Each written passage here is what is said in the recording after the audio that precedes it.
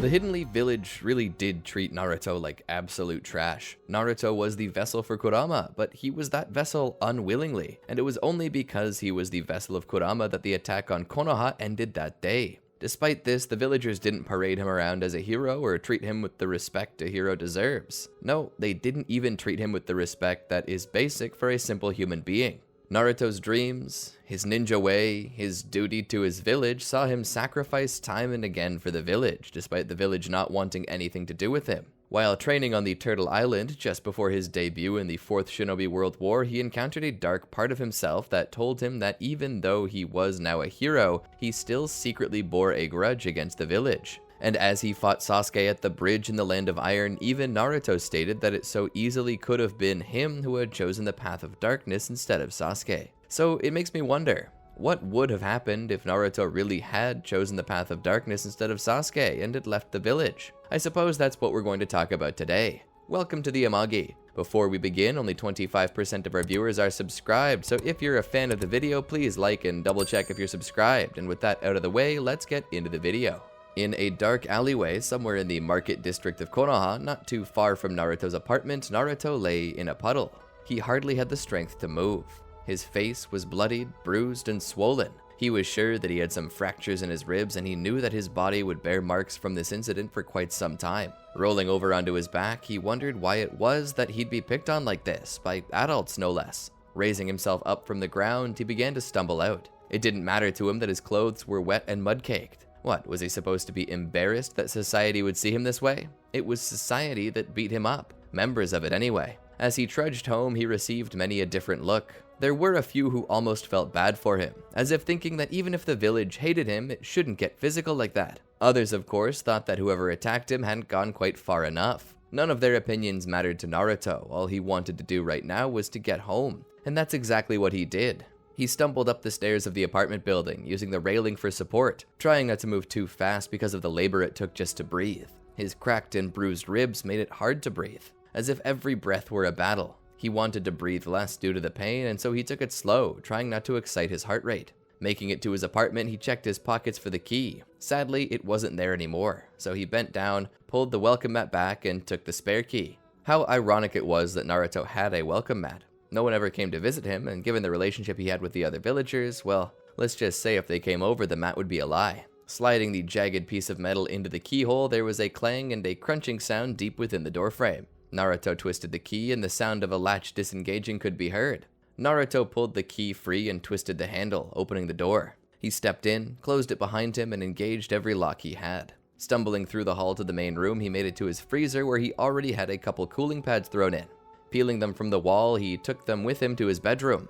He crawled into his bed, not giving a crap that he was probably gonna ruin his sheets with the mud. He took one pad and pressed it against his ribs before wrapping the section in an old spare pillowcase and pressing it to his face. He reflected on the situation, how they had attacked him for pretty much nothing. Yeah, maybe Naruto had talked some trash to them, but after the things they had said to him, could you blame him? You think that just because you're a genin now, it gives you the right to talk to us like that? Sounds like you need to be taught some manners. That had been the words of one of the assailants as they dragged him into the alleyway. The last thing he heard them say was outcast before one of them spit on him and left. Naruto took off his headband and looked at the leaf-shaped marking. He had thought that maybe this might be enough to garner some form of respect, but he was wrong. Mizuki had also mistreated him.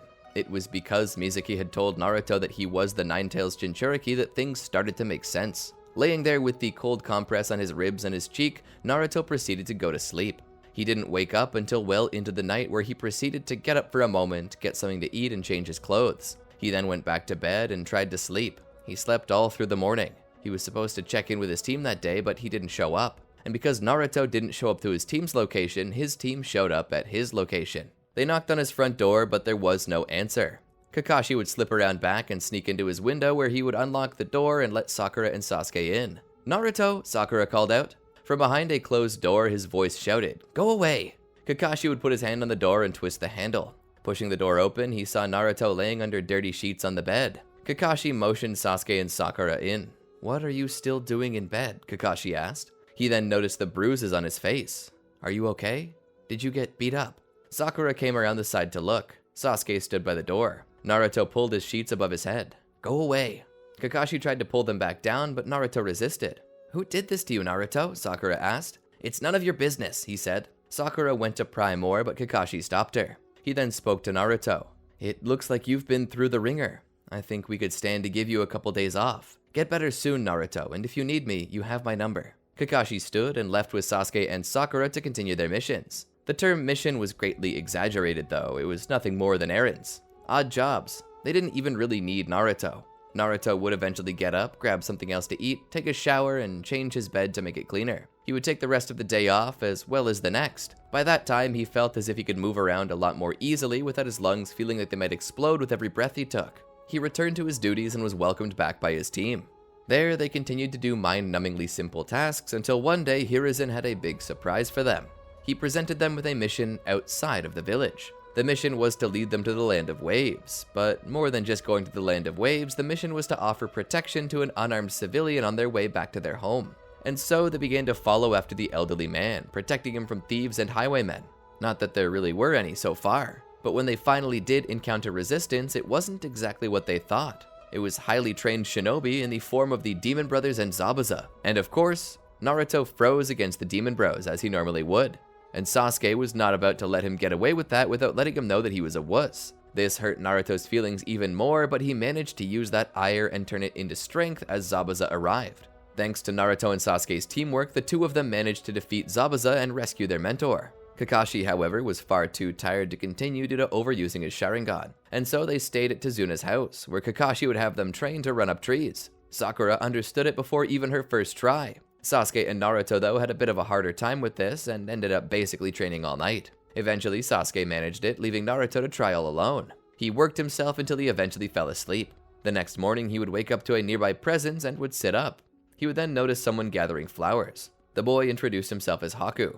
They talked for a while and almost seemed to become friends. Naruto felt the urge to confide in Haku about things he had experienced, and Haku listened. "So you're saying that you have the Nine Tails within you, and because of that, the people who put it there hate you?" Haku asked. Naruto nodded. "No matter what I try, they refuse to respect me. I thought that maybe becoming a shinobi would make them respect me, but I was wrong. Not too long ago, they actually beat me up, all because I'm the monster they turned me into against my will." Haku sat there, listening sympathetically. "It sounds like you're a tool to be used, but sad enough, in the shinobi world, that's common. I too am a tool for my mentor, and if he asked me to die for him, I would." Naruto sat there. "Does he care about you?" Haku thought about it. "I think he does." Naruto nodded. Haku then said they had to leave, but thanked him for the conversation. Naruto would continue training all day, well into the night, where he would manage to complete the proper chakra control to stick to the surface of the tree. With that done, Naruto made his way back to Tezuna's house. After supper, he went straight to bed and slept through the night, well into the day until about noon. By that time, Kakashi, Sakura, and Sasuke were all at the bridge, protecting it from Gato and his goons. Naruto would get up and get ready as fast as he could. As he left, he would manage to stop a kidnapping attempt on Inari and Tsunami and would begin to make his way out toward the bridge, inspiring Inari to follow in his father's footsteps and take up the role of hero to his village. As Naruto gets out to the bridge, everyone is surprised to see him there, but just as you would imagine, Haku and Zabuza show up to cause a ruckus. Naruto and Sasuke end up engaged in battle with Haku, though the mask keeps Naruto from knowing Haku's true identity as Kakashi faces off against Zabuza. Sakura, on the other hand, is protecting Tezuna. As Naruto and Sasuke fight against Haku, it becomes apparent that Haku's true potential is beyond what Sasuke and Naruto can handle at that moment. This results in Naruto and Sasuke both being defeated. But as Haku goes to finish off Naruto, Sasuke gets in the way and takes the shots for him, causing Naruto to believe that Sasuke is dead. This causes Naruto to rage out and awaken his initial Jinchuriki cloak. With it, he manages to completely decimate Haku and sends him flying back, breaking his mask. Naruto is surprised to see Haku's true identity. "Haku, why? What's going on?" But before Haku can answer, he sees that Kakashi has defeated Zabuza and is preparing to kill him. Haku rushes over with incredible speed and takes the Chidori for him, dying in the process. After this, Zabuza raises his blade to slice through Haku and kill Kakashi. Naruto reawakens his power and dashes over, striking Zabuza so hard in the stomach that Zabuza misses his strike and nearly collapses. Naruto takes the executioner's blade and swings it at Zabuza, embedding it in his torso, knocking him back and causing Zabuza to die. Naruto begins to lament Haku, how he was treated by the man who had raised him as a tool and a weapon, and eventually discarded. At about that time, Gato and his men show up, and his disrespect for the bodies of Haku and Zabuza send Naruto over the edge. In his initial Jinchuriki cloak, he utilizes the multi-shadow clone jutsu and manages not only to kill Gato, but all of his men. The scene is enough to leave Sakura aghast as she mourns over the body of the suspected but not actually dead Sasuke. Kakashi sees this and watches. He feels bad deep down. He's watching a child lose their innocence in a world filled with so much hatred. Now, the darkness of the shinobi world is rubbing off on Naruto, just as it had rubbed off on Kakashi himself all those years ago. Naruto eventually finishes. Having killed many and driven off the remaining survivors, now coated in blood, he falls to his knees and looks down. Kakashi approaches him from behind. "Why?" Naruto asks. "Why what?" Kakashi asks in response. Naruto is silent for a moment before continuing. "Why is it that the world so easily uses you and then throws you away? Why is it that people kill with smiles on their faces? Why is it that people forget the value of a human life?" Kakashi took a deep breath and sighed. "Because the world is filled with evil, Naruto. The world is corrupt. It's sick with sin. It's diseased and filled with darkness." Naruto looks down. Is that what it means to be a shinobi? To be used and then cast aside like you never mattered? Kakashi thought about it. Sometimes the cost of being a shinobi is everything. The most honored shinobi cemetery in all of Konoha is filled with graves that have no names on them. We don't know who those shinobi were, just that they died in service to the village. And what of those not remembered? What of those who gave up everything and ended up hated, mistreated, disrespected? Will I end up like Haku and Zabuza? Or am I destined to become like Gato? Kakashi hugged Naruto. "It's gonna be okay, Naruto." It was at about this time that Sasuke began to stir, proving that he was still hanging on to life. Sakura was pleased to see him alive and hugged him tightly, hiding her face from the carnage and trying not to think about what she had just seen. They rested for another night at Tezuna's home before returning back to Konoha. At this time, they found the village overrun with shinobi from every corner of the world. Naruto asked Kakashi what was going on, and Kakashi explained that it was the Chunin exams. It was a special test that genin could take. If they passed and did well, they'd be granted the higher rank of Chunin, which meant that they could take on more dangerous missions. More missions not too unlike the ones they faced in the Land of Waves. Team 7 seemed interested in these exams, so Kakashi proposed pushing his team up a rank after explaining the nature of the mission that they went on and how his team reacted. Hiruzen would consider it and approve it, along with the students of his son, Asama, as well as the team of Kurenai. Team 7 would be informed of Hiruzen's approval, and then would be told that they could take the test, but only if they felt personally like they were ready for it. Team 7 discussed it among themselves and agreed that they should take the test. So they made their way to the academy where they signed up for the Chunin exams. Naruto was quite excited. He would find it hard to sleep that night, and in the morning, as it came, he found himself waking up earlier than normal. He got ready and proceeded to meet up with his team for the exams. There they saw how many others would be there, many of which their teams would be in contention with. The Rookie 9 were all on their own teams, but there was no ill will between them, but instead mutual respect. But as for the other teams, they looked like they wanted to eat them for breakfast. As the exams began, the first test was on paper, and Naruto, being the brick he was, had no clue what he was going to do with it. He tried his best to answer the questions, but was certain he was getting it wrong. Then came the final question, which was a real make-or-break moment, regardless of the questions asked before. The proctor, Ibikimarino, stated that if this question was taken and answered incorrectly, never again could the genin attempt to pass to a higher rank. Despite this, Naruto took the question anyway, as he knew that even if he never left genin, he could still become the Hokage. All it would take would be just more hard work. But as I'm sure you all expected by now, the final question was a test in and of itself, and by having the guts to take it, each shinobi passed. They then moved on to the Forest of Death, a more practical test for teams of genin who might become Chunin, a way of measuring them up against the other teams in an environment not too different than what they would face as genin. Entering the forest, Naruto, Sasuke, and Sakura all made their way through, and they reflected on their objective. A rousing game of capture the flag in which there were two types of flags, the Earth Scroll and the Heaven Scroll. Team 7 had a Heaven Scroll. Both scrolls were evenly distributed at random among the teams as they went into the Forest of Death. This was designed to force genin not only to track targets, but to distinguish targets based upon the scroll they carried. One could not pass with two Heaven Scrolls or two Earth Scrolls. No, they needed one of each. And the issue with this test was more than just taking the scroll, it was finding out who had the one you needed while protecting your own. And that was where a lot of issues came from for Team 7.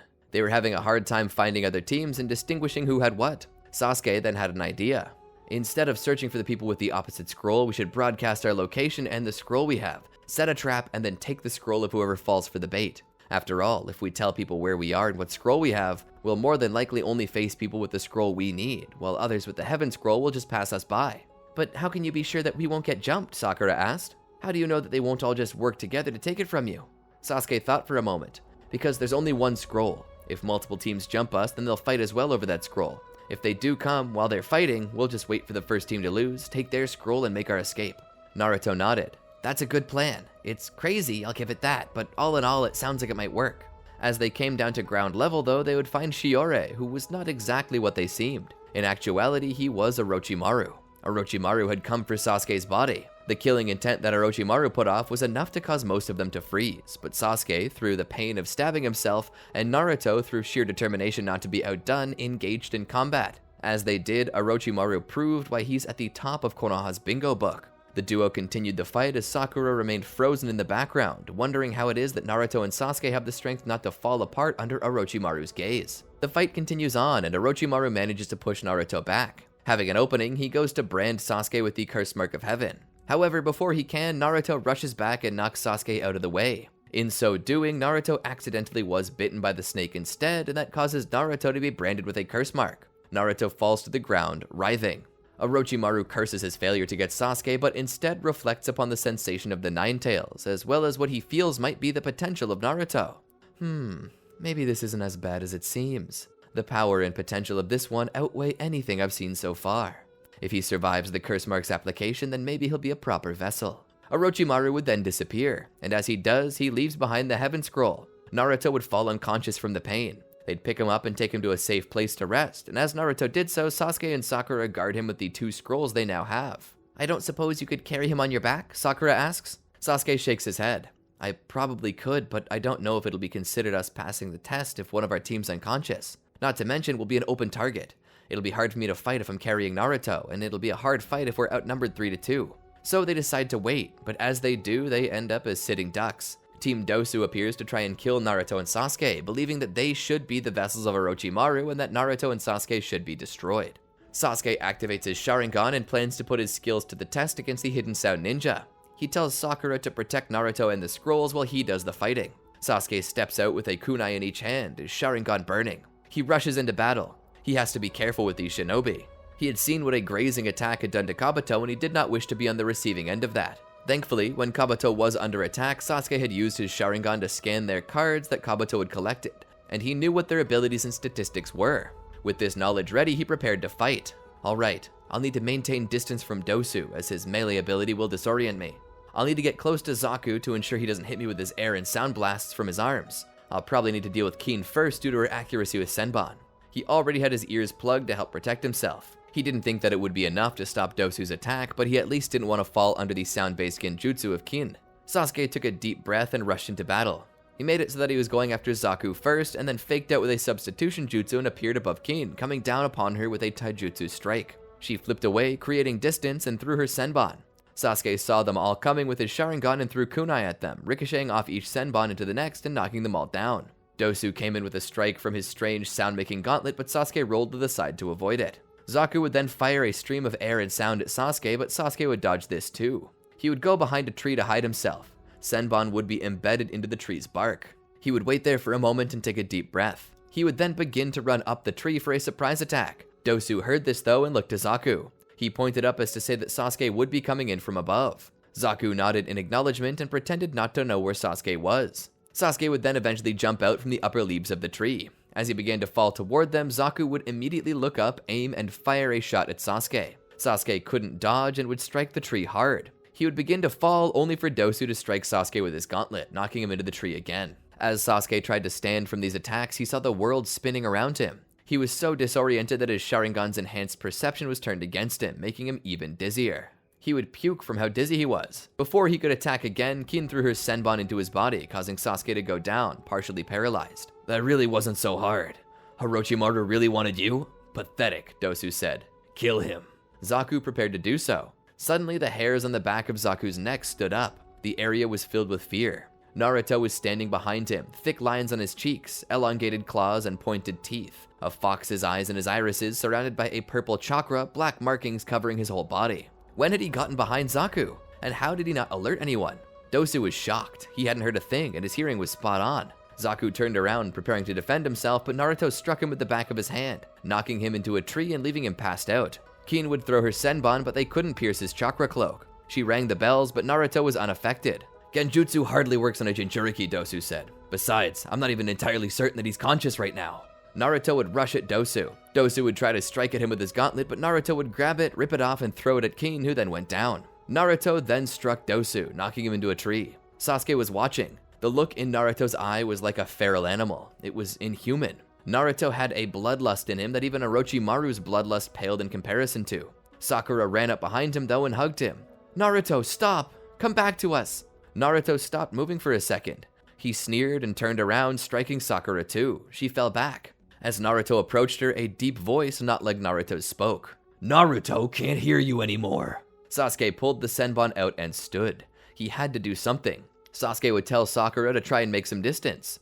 She would stand and begin to run.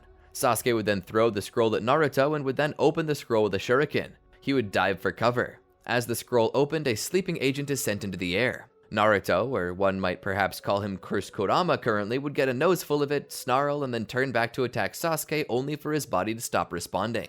He would then fall to his knees as his chakra cloak went out and he passed out again.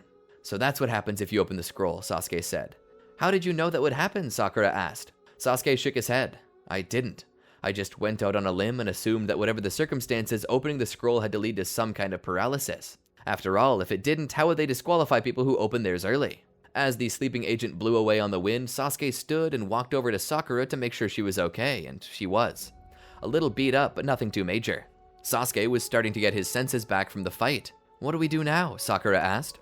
Sasuke sighed. "Let's hope they pass us, even if Naruto's unconscious. Grab the scrolls, let's go."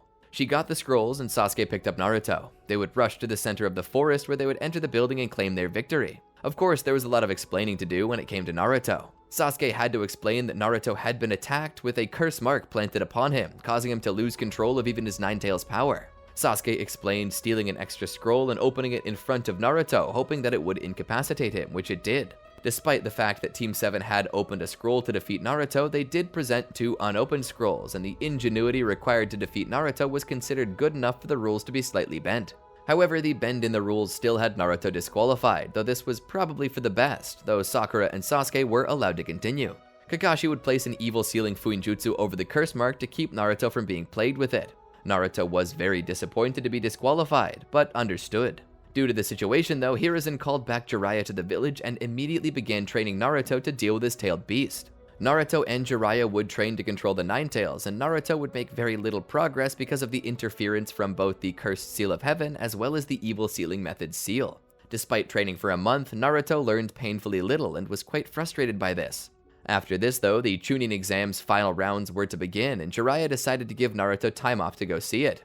Sakura had been double KO'd with Ino, but Sasuke got to move on. His next fight was one that was highly anticipated by everyone. He'd be facing Neji, the prodigy of the Hyuga clan. In this battle, they were going to test the Sharingan against the Byakugan. And while the Sharingan had many abilities, observation and sight were something that the Byakugan did better. Due to this, Neji managed to overtake Sasuke with his gentle fist style. Sasuke had, for a while, kept his distance from Neji and had done well managing the close range of Neji's gentle fist, but in the end, Neji was also a prodigy, and when he got Sasuke into his range, the battle ended quickly. This resulted in Neji being the next to advance, and being the one to face Gaara in battle. However, Gaara's sand was the perfect defense against Neji's gentle fist, which left Gaara as the victor of the Chunin exams. However, a trap was sprung, and as a smoke bomb went off in the Hokage's office, Gaara would release the One Tail in the middle of the village. He would go about destroying things.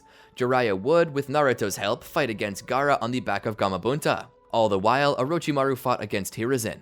In the end, Hiruzen managed to seal Orochimaru's arms as well as the souls of the undead first and second Hokage. And after that, Gaara was defeated, though he managed to escape with his siblings' help. The village was left in shambles though, and many had been killed. Fear of the tailed beasts increased as the Chunin exams had become a painful reminder of the devastation that had occurred 12 years prior. Naruto was trying to hide at that point for his own good, but as he was going home one day, he was surrounded.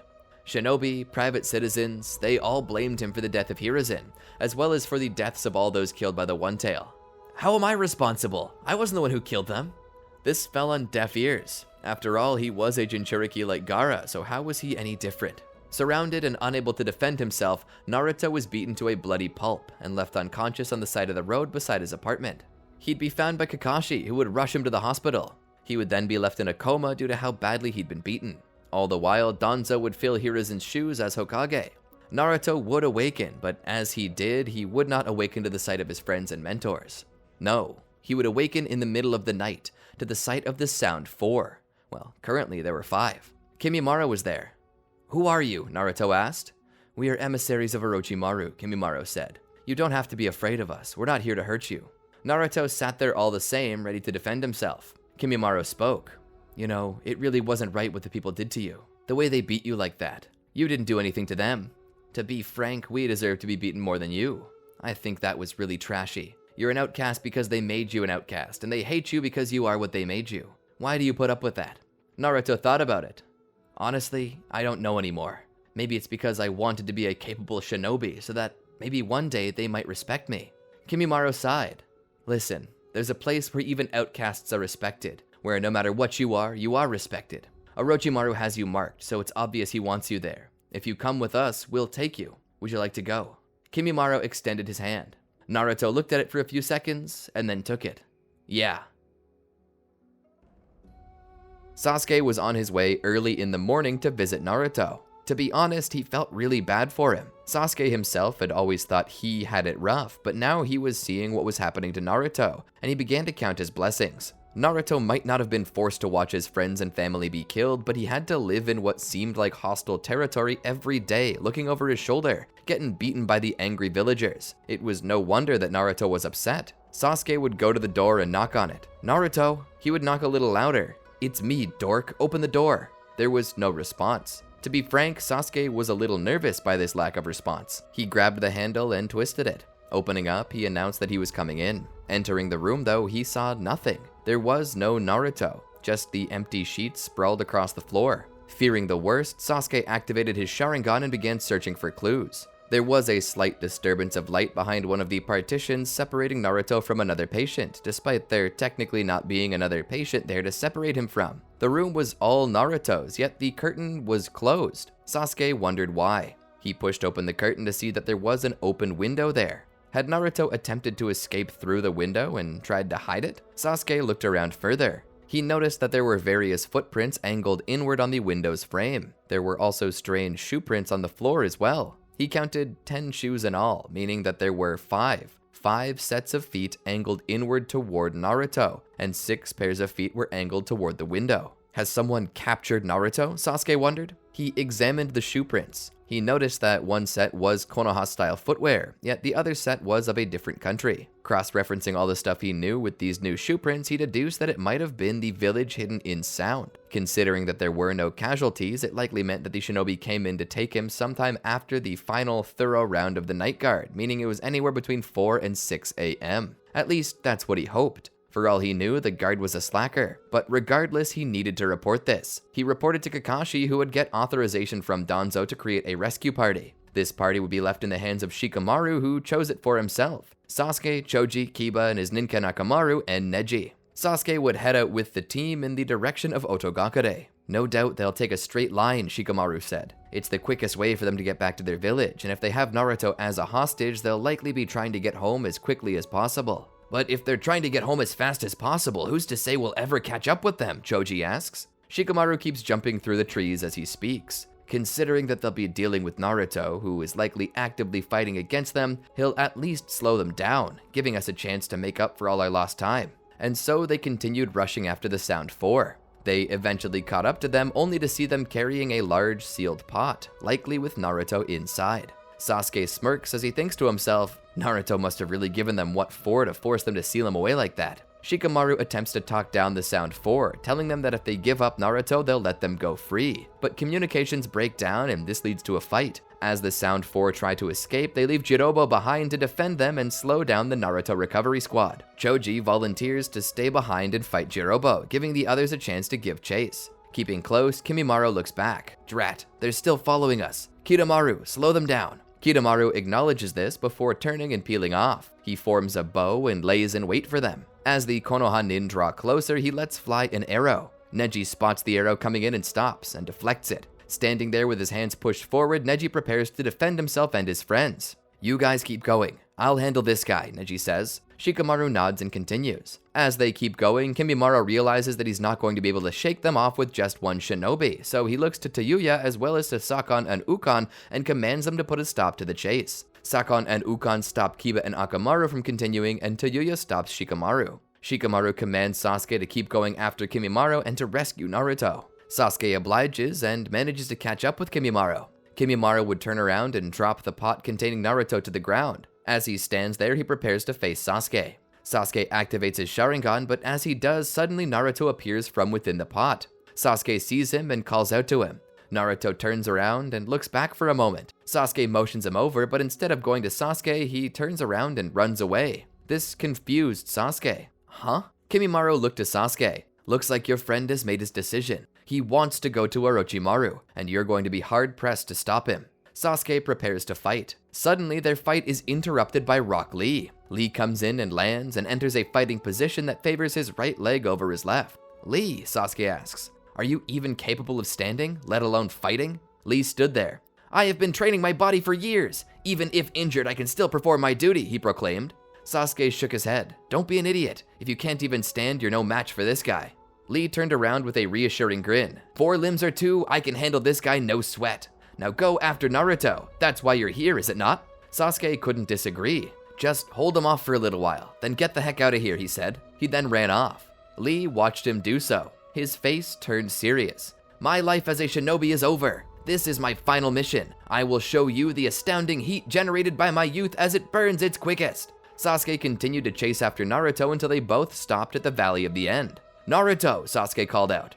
Naruto had been running across the surface of the water and suddenly slowed to a stop. "Why are you running away from me, Naruto?" Naruto stood there for a moment before looking back. "I'm not going back to the leaf." Sasuke was confused by these words. "Wait, are you actually trying to join up with Orochimaru?" Naruto stood silent for a moment. Sasuke continued. "You are. You're leaving Konoha to join Orochimaru." Naruto looked back. "Sasuke, there's no way you can understand what I've been going through. You don't have to understand it. You just need to let me go." "Understand you? I am you," Sasuke shouted. "You think you've gone through it so badly? I walked in on my parents' murder." "I never had parents," Naruto shouted. "Walk in on your parents being murdered. I bet that's a traumatic memory. Likely one you don't want to have," Naruto said as he kept his face forward, refusing to face Sasuke. "I'm sorry you experienced it, but you have other memories beside those." "Bittersweet memories," Sasuke said. "At least you have that. I only have bitter memories. No parents, no love, nobody to walk home to. There's an old saying, it's better to have loved and lost to have never loved at all." Sasuke scoffed. Whoever said that clearly never lost. Naruto turned back to face him for a moment, tears streaming down his face. "Maybe you just never knew what it was like to have nothing." Sasuke stood there for a moment. "Me, Sakura, Kakashi-sensei, do you count us as nothing?" "Do you count us that way, Sasuke?" Naruto asked. "When all you could talk about was killing your brother. When you were willing to do anything just to destroy him, even at our expense. Did you count us as nothing? When you complained that I would never know what it was like to be you, that I couldn't understand loss, and that despite my best efforts to be your friend, you still counted me as less than Itachi. Was I nothing to you then?" Sasuke was speechless. "Naruto, Naruto shook his head. "I know I meant something to you, Sasuke. I know. You don't have to debate that with me. Just as you know that you, Sakura, and Kakashi meant the world to me. That's not a question, but the village." Naruto grabbed the front of his jacket over his chest where his heart would be. "The village is wrong. They're too hard. I've been beaten multiple times for just being alive, spit on, cursed. I just don't want to go through that anymore. I want somewhere to belong." "You belong with us, Naruto." Naruto shook his head. "I may belong to Team 7, but I don't belong in Konoha. I can't handle that pain, that abuse. Every day I wake up and wish I hadn't been born. Every day I see the way they look at me, and I realize that I'm unwelcomed in this world. I have no love to fall back on, only hate. I'm bombarded by it day in and day out. All day, every day, and it's starting to take root. I can't stand living in that village anymore. I need a place to belong." "And that place is Orochimaru's?" Sasuke asked. Naruto thought about it. "I'm an outcast, just like him. Maybe it's best that I stay with other outcasts." "Don't be absurd," Sasuke said. "You're nothing like Orochimaru. He's an outcast because he takes advantage of people to the point of killing them. He'll do the same to you. He'll take advantage of you, study you, use you, and then throw you away. Then where will you be? Back at square one?" Naruto asked. You'll be dead, Sasuke told him. Naruto thought about it. So, no different than if I had stayed in the village. But maybe if I stay with the other outcasts in Oto, then I can find at least a little camaraderie before the end of my life. Naruto turned and began to walk away. Sasuke clenched his teeth and fists. Damn it, Naruto. Those people back there, Shikamaru, Kiba, Akamaru, Choji, Neji, even Lee. They're all back there fighting, putting their lives on the line to bring you back, and you dare stand there and tell me you have nothing? Don't make me sick. You have friends. But who cares what the village thinks? The village is full of idiots, but not everyone is like that, Naruto. You have a support system, friends, people who care about you. You're just gonna leave that all behind? For someone who promises an easy life but won't deliver on it? Naruto stood there. And how long will it be before you guys abandon me too? In the end, I'm walking this path, and by the end of it, I'll only have as many friends as I did when I started. Am I not your friend, Naruto? Sasuke asked. Yes. Do you really think I'm going to abandon you? Naruto stood there for a moment. Then come join me. Come with me to Oto. I'm sure Orochimaru can give you all the tools you need to kill Itachi. Sasuke shook his head. I'm not going to Orochimaru. Naruto nodded. See what I'm saying? Even you'll abandon me. You're the one abandoning us, Naruto, Sasuke shouted. Naruto stood there. I can't stomach the village, Sasuke. If we could all live anywhere else, I'd be fine, but I just can't. They treat me like I'm a monster. I'm not, but maybe I should be. Sasuke's eyes widened. You're going mad. Naruto looked down at his hands. Mad? Maybe so. Maybe I've been mad the whole time. He shrugged. I just want to be free of the village, to wipe those looks off of their faces. I won't let you destroy the village, Sasuke said. Naruto thought about it for a moment. Then I guess you'll have to fight me too then. Then I guess you'll just have to fight me then. Sasuke, in anger, activated his Sharingan and ran at Naruto. Naruto! Naruto would suddenly turn around and the two would proceed to trade blows. Sasuke would strike out at Naruto's face and Naruto would catch it. Sasuke would spin and kick Naruto from his open side, which would knock Naruto forward. Naruto would suddenly activate his first curse mark stage in an effort to increase his abilities enough to keep up with Sasuke's reaction time. Naruto would then step to the outside of Sasuke's fist, grip it and bar the wrist with a little twist. He would then use his elbow to force Sasuke's elbow into a state of hyperextension and use it to lead Sasuke around quickly before throwing him down into the water. But if you thought Sasuke was down and out, this is not the case. Like a raging bull, Sasuke came out of that water ready to continue. He put Naruto on the defensive, again using all of the techniques he had learned from watching Lee. Speaking of Lee, if one paid close attention, you could hear the most epic battle in history going down behind them. Too bad you gotta watch Naruto and Sasuke, right?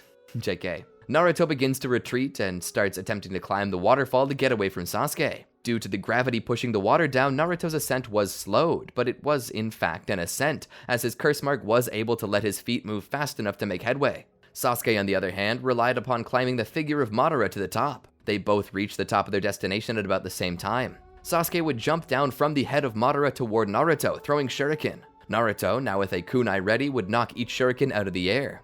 Sasuke, with his own kunai, would proceed to strike out at Naruto, but Naruto would redirect his momentum and send him straight into the water. Sasuke would come out of the water so fast that his clothes didn't even have enough time to absorb the water. He tried to sweep Naruto's legs and did manage to do so. Naruto went face first into the water while Sasuke swung his foot into the air before smashing it down on Naruto. The strike would send Naruto deeper. Naruto lay there for a moment, looking up at the silhouette of Sasuke. He would suddenly toss two kunai with explosive tags and would will himself back to the surface to continue their battle. He now went on the offensive, trying to pin Sasuke down. Suddenly, one of the tags went off, causing an explosion that sent a geyser of water up into the air. This caught Sasuke's attention as Naruto knew it would. He would kick Sasuke in the face, sending him flying back into position as the second tag went off, putting Sasuke into the air. Sasuke hit the water with the plop. Naruto began to think it was over, but Sasuke emerged. I'm not letting you get away from me, he shouted. Naruto looked back to see Sasuke's Sharingan evolve, acquiring enough Tomoe to advance both eyes to the most mature form of the standard Sharingan, the 3 Tomoe variant. With this, Sasuke's speed seemed to increase quite a bit. Sasuke dashed at Naruto as fast as he could, juicing himself and his kunai with lightning-style chakra that increased his speed. This was not too far removed from the Chidori technique, but not quite as far as that. Sasuke would merely use the electricity for speed and to give his kunai a taser-esque style to it, allowing him to shock Naruto if he got close enough in hopes of frying his nervous system for a little while. Naruto, in a panic, attempted to keep away from it. He started dodging backwards, jumping and somersaulting away. Sasuke was quick after him. He wasn't going to let Naruto get away.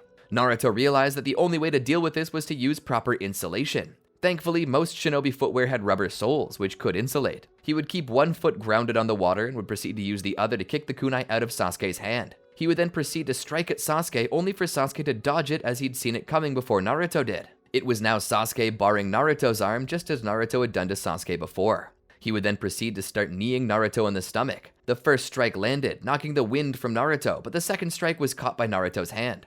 Naruto proceeded to do a front flip to get out of the armbar, where he then used his momentum to pull Sasuke in his direction, knocking him off the waterfall. Sasuke hit the surface of the water on his feet like a cat. Naruto, from atop the waterfall, would awaken his second stage curse mark. He would then spread his fleshy wings and proceed to fly down at Sasuke as fast as he could. He grabbed Sasuke by the collar and began to drag him along the surface of the water before throwing him into a nearby cliff face. Sasuke, before he even had the chance to recover, found himself on the receiving end of a kick to the stomach. Naruto would pull Sasuke out and would launch him into the air before finishing up with a move inspired by Lee's reverse lotus. Sasuke hit the water and just lay there as if he were unconscious. Naruto walked over and checked to see if he still had a pulse, which of course he did. Naruto then stood and turned around and began to walk away. As he did so, he let his form drop, but as he walked, he heard something. He stopped and looked back to see Sasuke rising back to his knees. Naruto once more reassumed his second stage. Sasuke then spoke. "Don't you turn your back on me."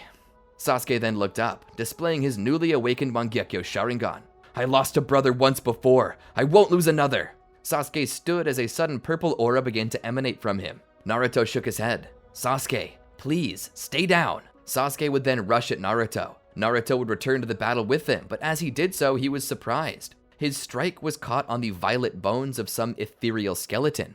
Sasuke's punch was then aided by the strike of a Susanoo's arm. Naruto was knocked up into the air. Sasuke launched up there and knocked Naruto back to the ground. Naruto struck the ground hard and rolled. On his hands and knees, he knew that he couldn't allow himself to lose here. If he did, he'd be dragged back to the village where they'd only treat him worse. As Sasuke came down, he used the Susanoo to knock Naruto into a stone wall, leaving him stuck in the wall. Sasuke began to inch closer. "Even if I have to break every bone in your body, I'm gonna bring you back to Konoha." Naruto then looked up as a new red aura began to boil around his second stage curse mark form. Naruto looked up, his black sclera now surrounding with the red iris of a fox's eyes. "I won't go back." Naruto pulled free. His wounds began to steam and heal. "You're not gonna take me back." Naruto went on the offensive again. The strength in the strikes and the level of mayhem going on was so much that the water around them began to go up into the air and evaporate. This caused a sudden downpour of rain, a battle so powerful that the valley had not seen since the time of Madara and Hashirama. Sasuke and Naruto were trading blows evenly. Sasuke's incomplete Susanoo, though, was not strong enough to deal with this. Naruto's strikes were so strong that they began to punch through the Susanoo's armored bone cage. Sasuke's Susanoo had a punch that was strong enough to deal damage to Naruto though, threatening to re-crack his ribs. In the end, Naruto was able to draw even more power from the Nine Tails and could reach through the Susanoo to grip Sasuke by the throat. Sasuke suddenly cast a Materasu on Naruto. It began to burn him, but out of fear of killing his friends, he used Kakatsuchi to extinguish the flames. But this proved to be Sasuke's downfall, as the moment he did so, Naruto turned around and delivered a swift and powerful kick to the side of his head. Sasuke rolled along the ground. This time, he was down for the count. Naruto, struggling to catch his breath, began to walk away while he still could, fear mounting that he would turn around and see Sasuke chasing him once again. But Sasuke didn't. Sasuke was out cold. With or without his Mangekyo Sharingan, the outcome was already certain. Sasuke would lose. And so, Naruto continued to stumble away. Various Jonin were sent out to track Shikamaru's team. As they jumped from tree limb to tree limb, they sought their apprentices. At the head of the group was Kakashi and Might Guy. As they moved along the course the others had taken, they began to put the pieces together.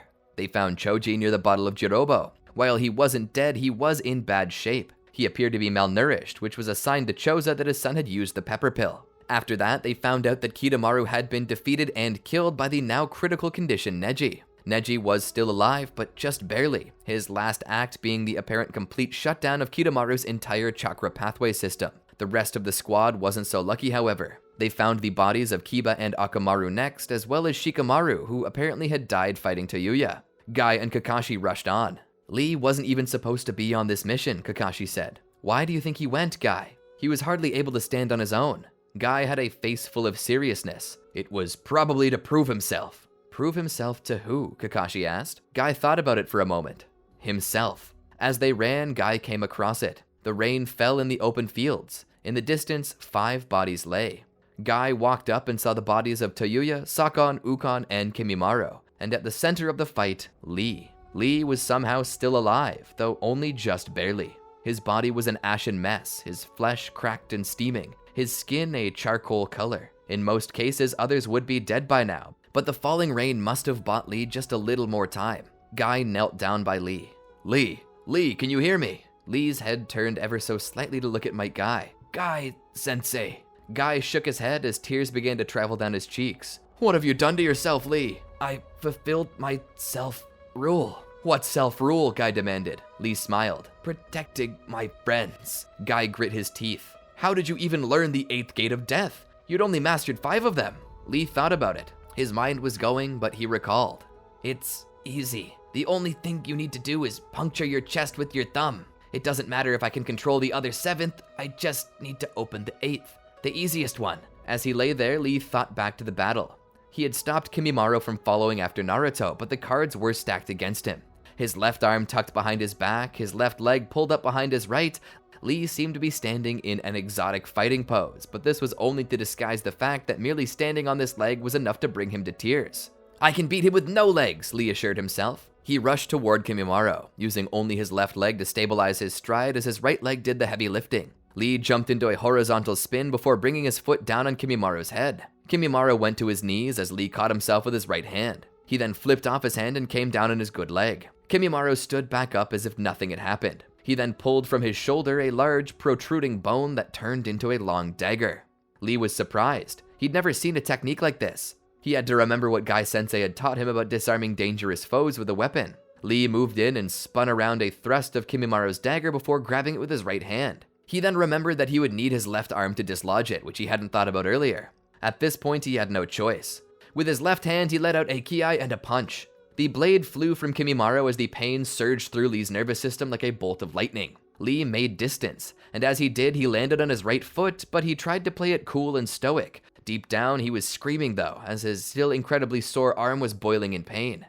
The pain echoed through the very bones of his body like a bell, with nerves deep down sending the most unpleasant signal imaginable. To a point, Lee was nearly begging for a way to dull the pain, but all he could do was stand here and hope that the adrenaline would kick in. Kimimaro stood there for a moment. You favor your right side to a ridiculous degree. You had me open for a retaliatory strike with your left arm, yet you retreated after knocking my blade from my hand. Why is that, I wonder? Kimimaro stood there for a moment and let out a sigh. He then activated the second stage of his curse mark. Lee was surprised by the sudden surge of chakra he was feeling. Had this guy really surpassed even Gaara? He began to wonder if there was much he could do. He needed to end this fast before the guy got the better of him. He began opening his chakra gates until he reached 5. He looked at his hands. This has to be it. If I don't get him here, there's no way I walk out of this alive.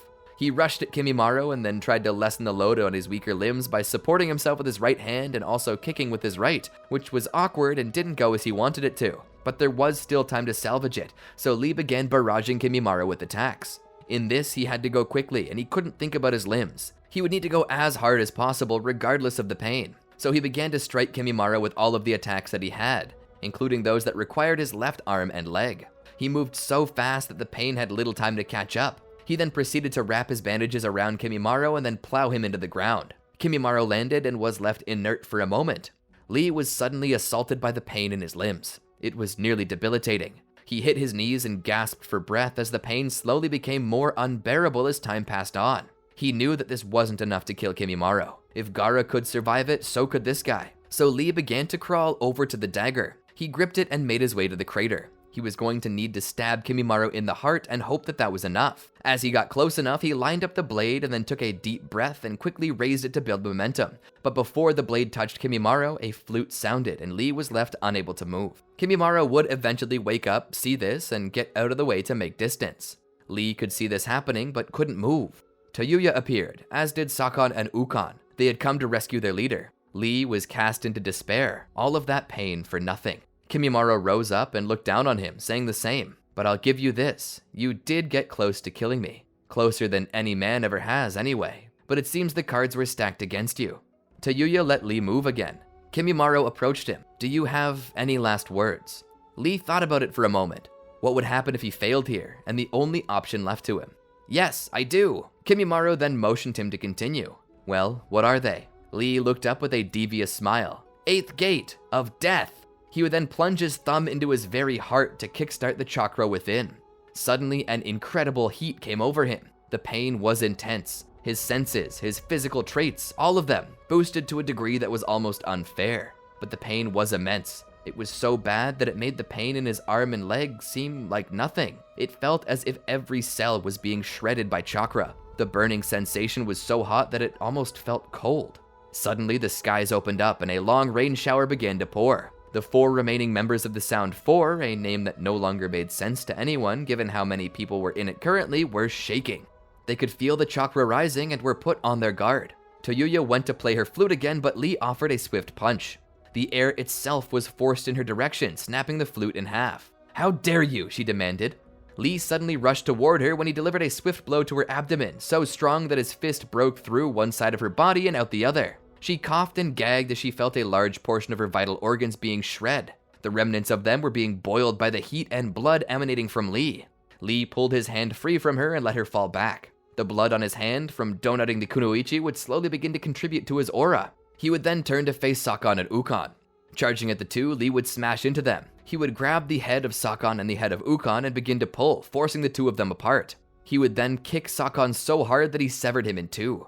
Sakon began to crawl toward Ukon again, hoping to enter his body so he could heal, but Lee walked past Sakon and reached out, gripping Ukon's skull with his hand before crushing it and throwing his remains back through the forest, where it splintered trees and then shattered on impact with a mighty oak. Sakon laid there, waiting his last hope of survival shatter against the wood of an elderly tree.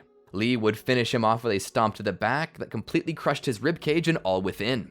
Lee then turned back to Kimimaro, who was in awe of the brutality.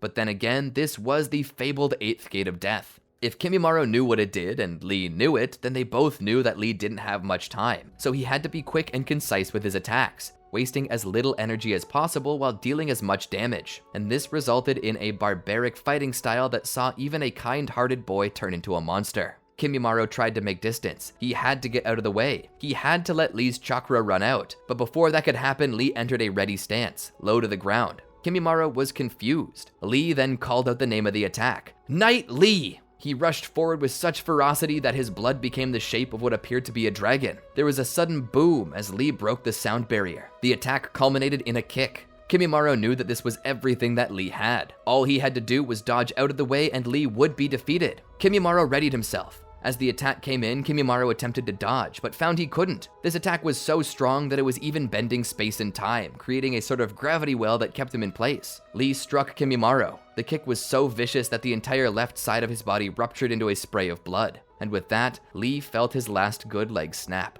As the chakra began to burn out, he slowly collapsed to the ground and fell on his back. He looked up into the sky and felt the rain pelting his face. He was in such agony. His body felt as if it were on fire. This rain was a welcome last treat before death took him, and that's where he was now. Before Might Guy, who was currently wishing he had never taught him a single technique. Lee smiled. It's okay, Sensei. I made myself rule, and I fulfilled it, just as you told me to. Are you proud of me? Guy, holding the dwindling flame of his apprentice in his arms, smiled through his tears and nodded. Yes, Lee, I'm very proud of you. Lee let off a smile as his last breath exited his lungs. Slowly, his body crumpled to ash in the arms of Guy, and all Guy could do was cry. Kakashi was on his way to the Valley of the End. When he reached it, he looked out and saw the form of Sasuke as he lay there in the water. Kakashi rushed down to him and began to pick him up. The boy was alive, but unconscious. Unable to further track Naruto in the weather, Kakashi began to take Sasuke back to Konoha. There, they would admit him to the urgent care unit where he and his friends would all be gathered. After awakening, Sasuke told them everything that happened, and due to this, a reward was put on Naruto's head for bringing him back alive or dead, something that irked Sasuke and Sakura. Might Guy would have Lee interred in the Cemetery of Fallen Heroes where his headstone would list his name and deliver the epitaph, "The springtime of youth will never fade from your heart, and your memory will never fade from ours." After the burial of Shikamaru, Kiba, and Akamaru, Sasuke would be seen walking away by Sakura. She would rush up to him and stop him. Where are you going? She would ask. Sasuke looked up into the overcast skies and thought, I'm going to get back Naruto, and for that I need to get stronger. Kakashi would walk up to Sasuke. I think I know how to help you with that, he said. Sasuke would turn around and look at him. How? Kakashi would then tell him that he has a few contacts from the past and a couple of people he knows he can rely on in a pinch. There's an old master of Sage Mode here in the village, currently named Jiraiya. If you train with him, you might master his techniques, and if you do that, you should be able to find and rescue Naruto before someone kills him. Sasuke would acknowledge this and turn to face Kakashi. Fine, show me to this Jiraiya. Sasuke had been training quite a bit with Jiraiya. The course of this training saw Sasuke focusing on something that would hopefully give him somewhat equal footing against Naruto, that being Sage Chakra and Sage Mode. Sasuke had been taught the basics by Jiraiya as well as the other sages that Jiraiya was in cooperation with. Jiraiya seemed eager to teach Sasuke everything he could, believing that Sasuke could go farther than Jiraiya ever planned to. I wonder if you could be the child of prophecy that old Toad Sage was talking about, he said to Sasuke as the last night of their training came to a close. On the morrow, they would both rise up and make their way back to Konoha, where Sasuke would begin his search for Naruto. But for this last night, they were simply spending time talking and enjoying each other's company. To be frank with you here, Sasuke had enjoyed his time with Jiraiya a lot more than he would normally admit to.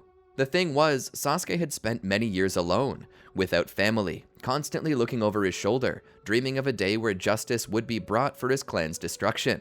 But that didn't mean that on various nights that Sasuke didn't think back to moments when he had his mother and father with him, constantly trying to measure up and impress his father, only to be doted on by his mother.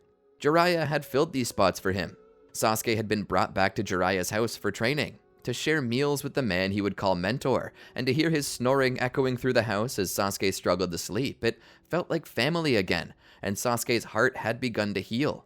The wounds remained, but his demeanor seemed a little more upbeat. As they sat on the back porch after supper, Sasuke would look out to the trees as crickets serenade them with their orchestra of chirps.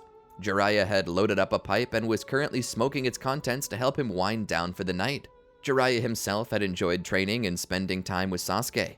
Despite being a loner, more than pleased spending his life alone as much as he enjoyed spending a night with a beautiful woman, but something about having Sasuke there made him feel more content, less lonely. Jiraiya had poured every ounce of knowledge and wisdom he had into Sasuke's mind. Part of that was out of duty, the other part out of guilt. Jiraiya had previously been named as Naruto's godfather by Minato and Kushina, and when Naruto needed him most, Jiraiya was not there. Now, Naruto's path had led him to darkness. Looking at Sasuke, seeing how he felt having him there, Jiraiya began to wonder if he shouldn't have just bit the bullet and adopted Naruto. He hadn't, and that didn't sit well with him. Now Naruto was a traitor to the village, and the Ninetales was lost. Danzo was fuming and trying to find Naruto as quickly as possible. War was on its way, and unless Konoha got its Jinchuriki back, everyone would suffer. Jiraiya was drowning in shame for his lack of action, but that was why he trained Sasuke as he had. He believed Sasuke had the potential to be a greater shinobi than he, and wanted to help Sasuke realize his true potential in hopes that doing so would somehow allow Jiraiya to make up for his failures. You're a brilliant student, Sasuke, but I have nothing left to teach you. Everything that makes me the shinobi I am, I've given to you. You match and surpass me in every way. Sasuke looked up. In the past, Sasuke would have been so conceited as to agree with this, but not now. Not after the bonding he had done with Jiraiya. There was respect now. No, master, you've taught me ninjutsu and how and when to use them, but the wisdom in your mind surpasses me by decades. I can only hope to be as wise as you one day. Jiraiya smiled. Your wisdom is greater than you think, Sasuke. Your humbleness of heart and humility has proven as much to me. Jiraiya stepped back inside where he grabbed a box. I've been working on something, a special gift for you. He presented Sasuke with the box. Sasuke took it and opened it. Within the box was a haori not too unlike Jiraiya's. Sasuke stood and unfolded it to look it over. It was long, coming to the back of Sasuke's knees.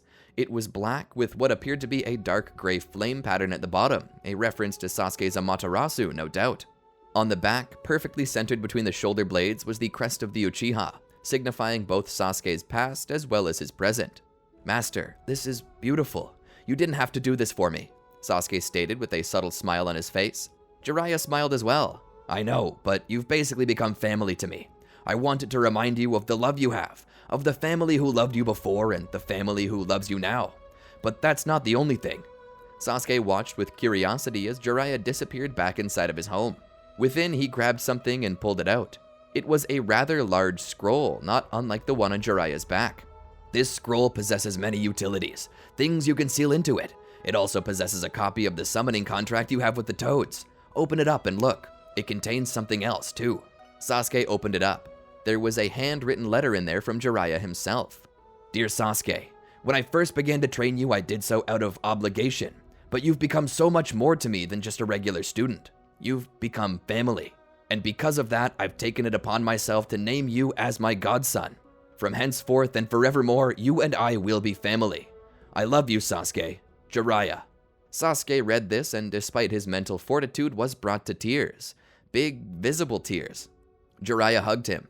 Sasuke, you're more than a student to me, and more than just a friend. In the past 2.5 years we've spent together, you've become like family, so I wanted to make it official. He stroked the back of Sasuke's head as the boy could do no more than cry due to how touched he was in heart. This also means that Naruto is officially your god brother. Let that put a fire in your belly in regards to finding and rescuing him from himself. I will, Jiraiya-sensei, I promise. After that, the two headed back inside for some rest. The next day, they woke up bright and early and began to make their way back to Konoha, where they were set to meet up with Sakura and Kakashi. Once they returned to the village, Sasuke managed to meet up with Sakura. She ran to him and hugged him before placing a kiss on his lips.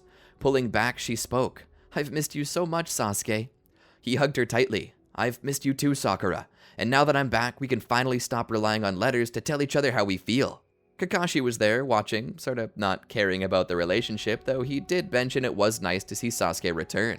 For old time's sake, he would do the bell test with Sasuke and Sakura, only to be blitzed by them, both of whom had grown in their own ways. After a tearful goodbye from his masters, Sasuke and his team would settle back in with each other. They didn't get much time to catch their breaths, as immediately a mission came in from Danzo. The mission was that the Kazekage was missing, and it was up to Team 7 to find him.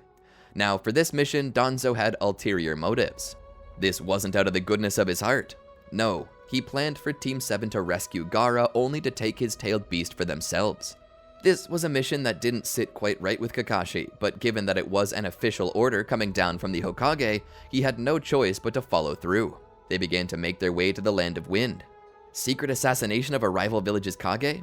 Doesn't that seem more like a mission for the Anbu instead of regular shinobi? Sasuke asked. It's likely that use of the Anbu would raise red flags, Kakashi replied.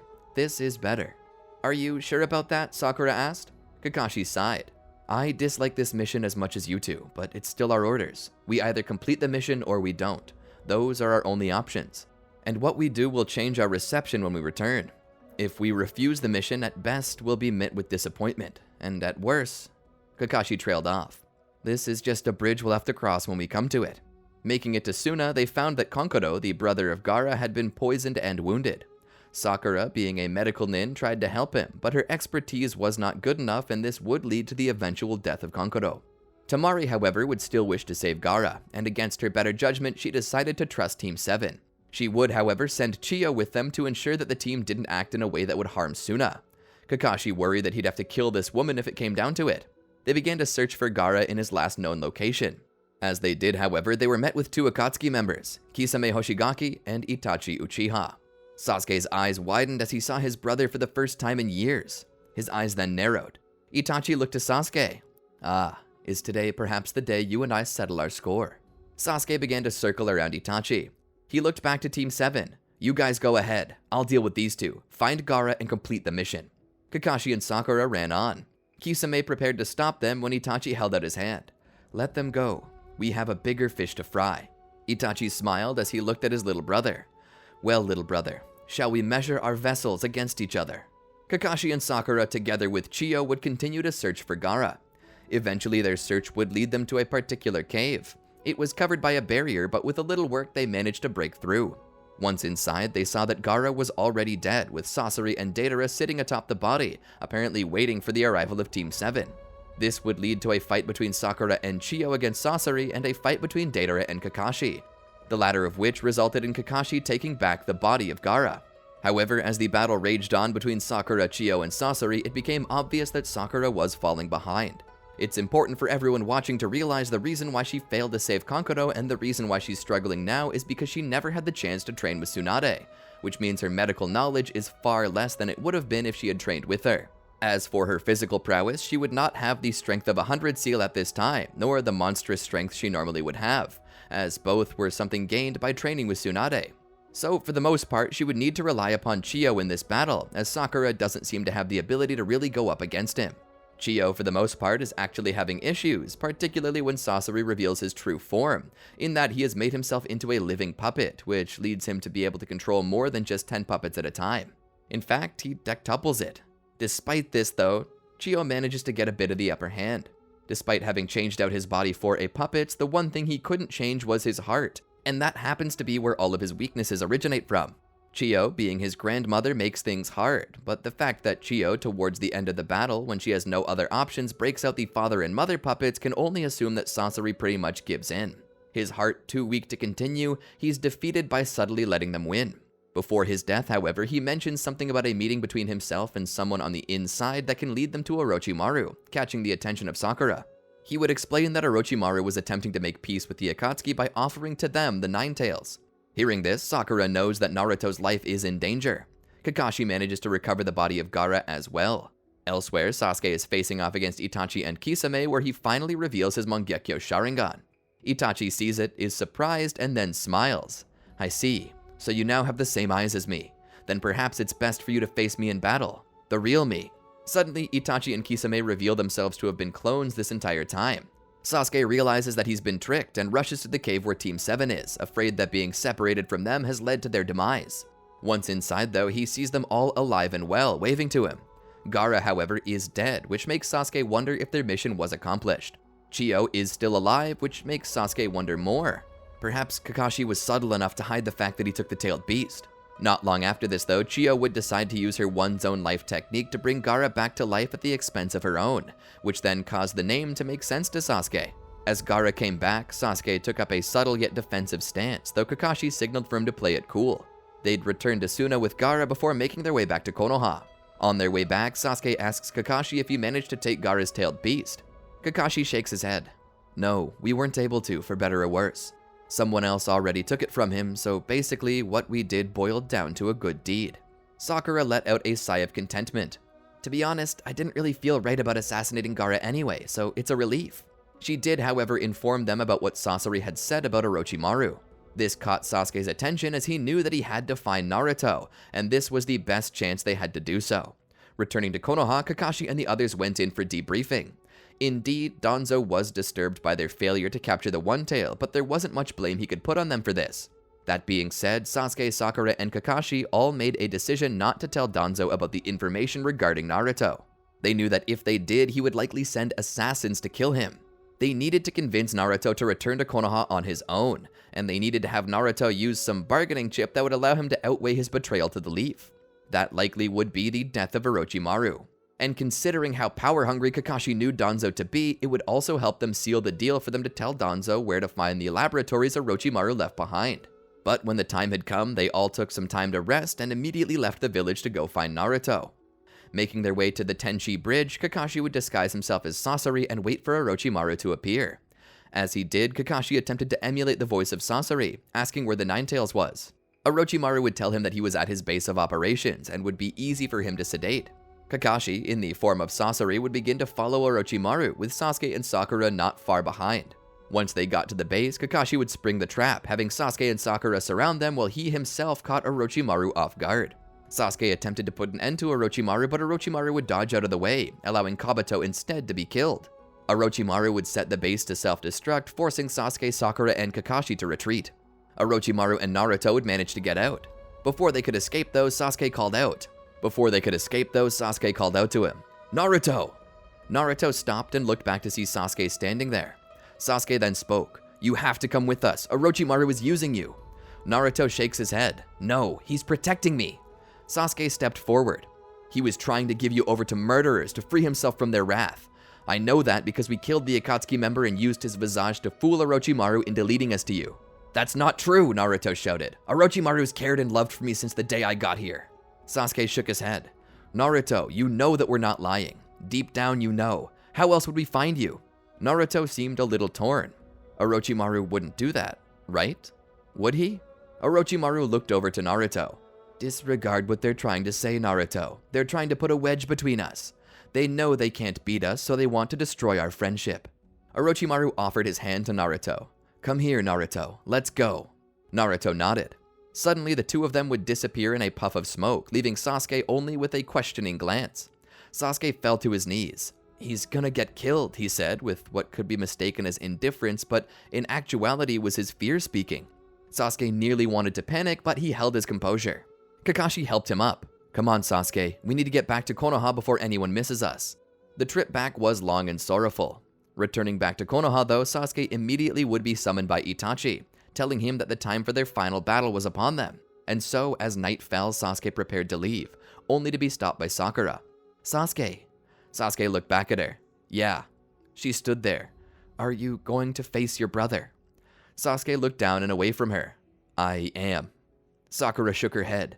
Itachi's too powerful, Sasuke. He managed to kill the entirety of your clan by himself. If you go and fight him, well, you'll be killed too. Sasuke was silent for a moment. When my clan fell, Itachi said he only let me live for one thing, and that was so I could chase after him and take revenge. My life is only here now because he let me live. He stole my honor and killed my clan. I have no choice but to pursue justice, on the honor of my father, my mother, my clan, and for the honor he stole from me that night, I have to go. And what about me, she demanded. You told me that the day I turned 18 you'd marry me. Am I not worth giving that up for? Sasuke turned around. Sakura, there are some things I have to do. I trained all my life for this moment. If I don't face him, I have to face him. I know you're scared, but I have to. I'll never get past this if I don't face him. It's my only choice. Sakura looked down. Then let me go with you. Sasuke walked over to her and pulled her into his arms to kiss her. As they pulled back, he spoke. Sakura, I'm going to come back. I promise. But I need you to let me go.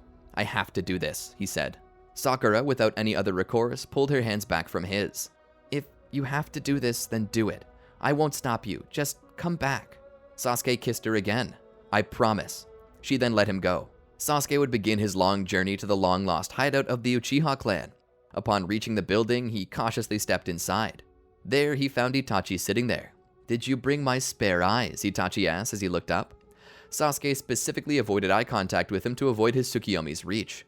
Spare eyes? What's wrong with yours? Going blind? Itachi smiled. Indeed they are. My eyes grow dim. I seek the Mangekyo whose light will never go out, and that can only be gained through stealing the Sharingan of your brother. Wait, you mean there's a variant of the Mangekyo Sharingan that will never go blind? Sasuke asked. Itachi nodded. By taking the eyes of a close blood relative, one with the Mangekyo Sharingan can mutate the dojutsu further into the eternal Mangekyo Sharingan. And today you volunteered to do that for me. Itachi rose to his feet. Are you ready to feel a whole new world of pain? Itachi and Sasuke would then clash with each other. Elsewhere, Naruto was doing his own thing. Time had passed, and now it seemed that the illness his master possessed would be fatal. Since the death of Kabuto, there was nobody there to minister to him, so Naruto volunteered. He stayed with Orochimaru day and night. One day, though, he entered the room to bring Orochimaru some tea, only for Orochimaru to launch venom at him that, when struck, would paralyze Naruto, leaving him unable to move. Left paralyzed, Naruto watched as Orochimaru exited his bed and made his way over. About halfway there, he took on the form of a large snake. What are you doing, master? I'm planning to take your body, of course, Orochimaru said. What? Naruto asked in confusion. Orochimaru then proceeded to tell him. My body is failing. It's rejecting me. The only option left for me is you. You're the last of my servants available to me that possesses a curse mark with my DNA. I had planned to give you over to the Akatsuki to ease their need to kill me, but now it seems that all I can do is take your body and run for the remainder of the time your body will be left, as I transfer my essence. Naruto was in disbelief. Orochimaru really was planning to kill him, and now Naruto was caught, unable to move. What could he do? Suddenly, he remembered some of the stuff Orochimaru had taught him over the years.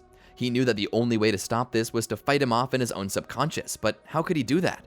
He then remembered Kurama and began tearing off the seals and opening the gate. Taking his place atop Kurama's back, Naruto wrapped adamantine chains around its neck, torso, and each of its legs. He steered it outwards.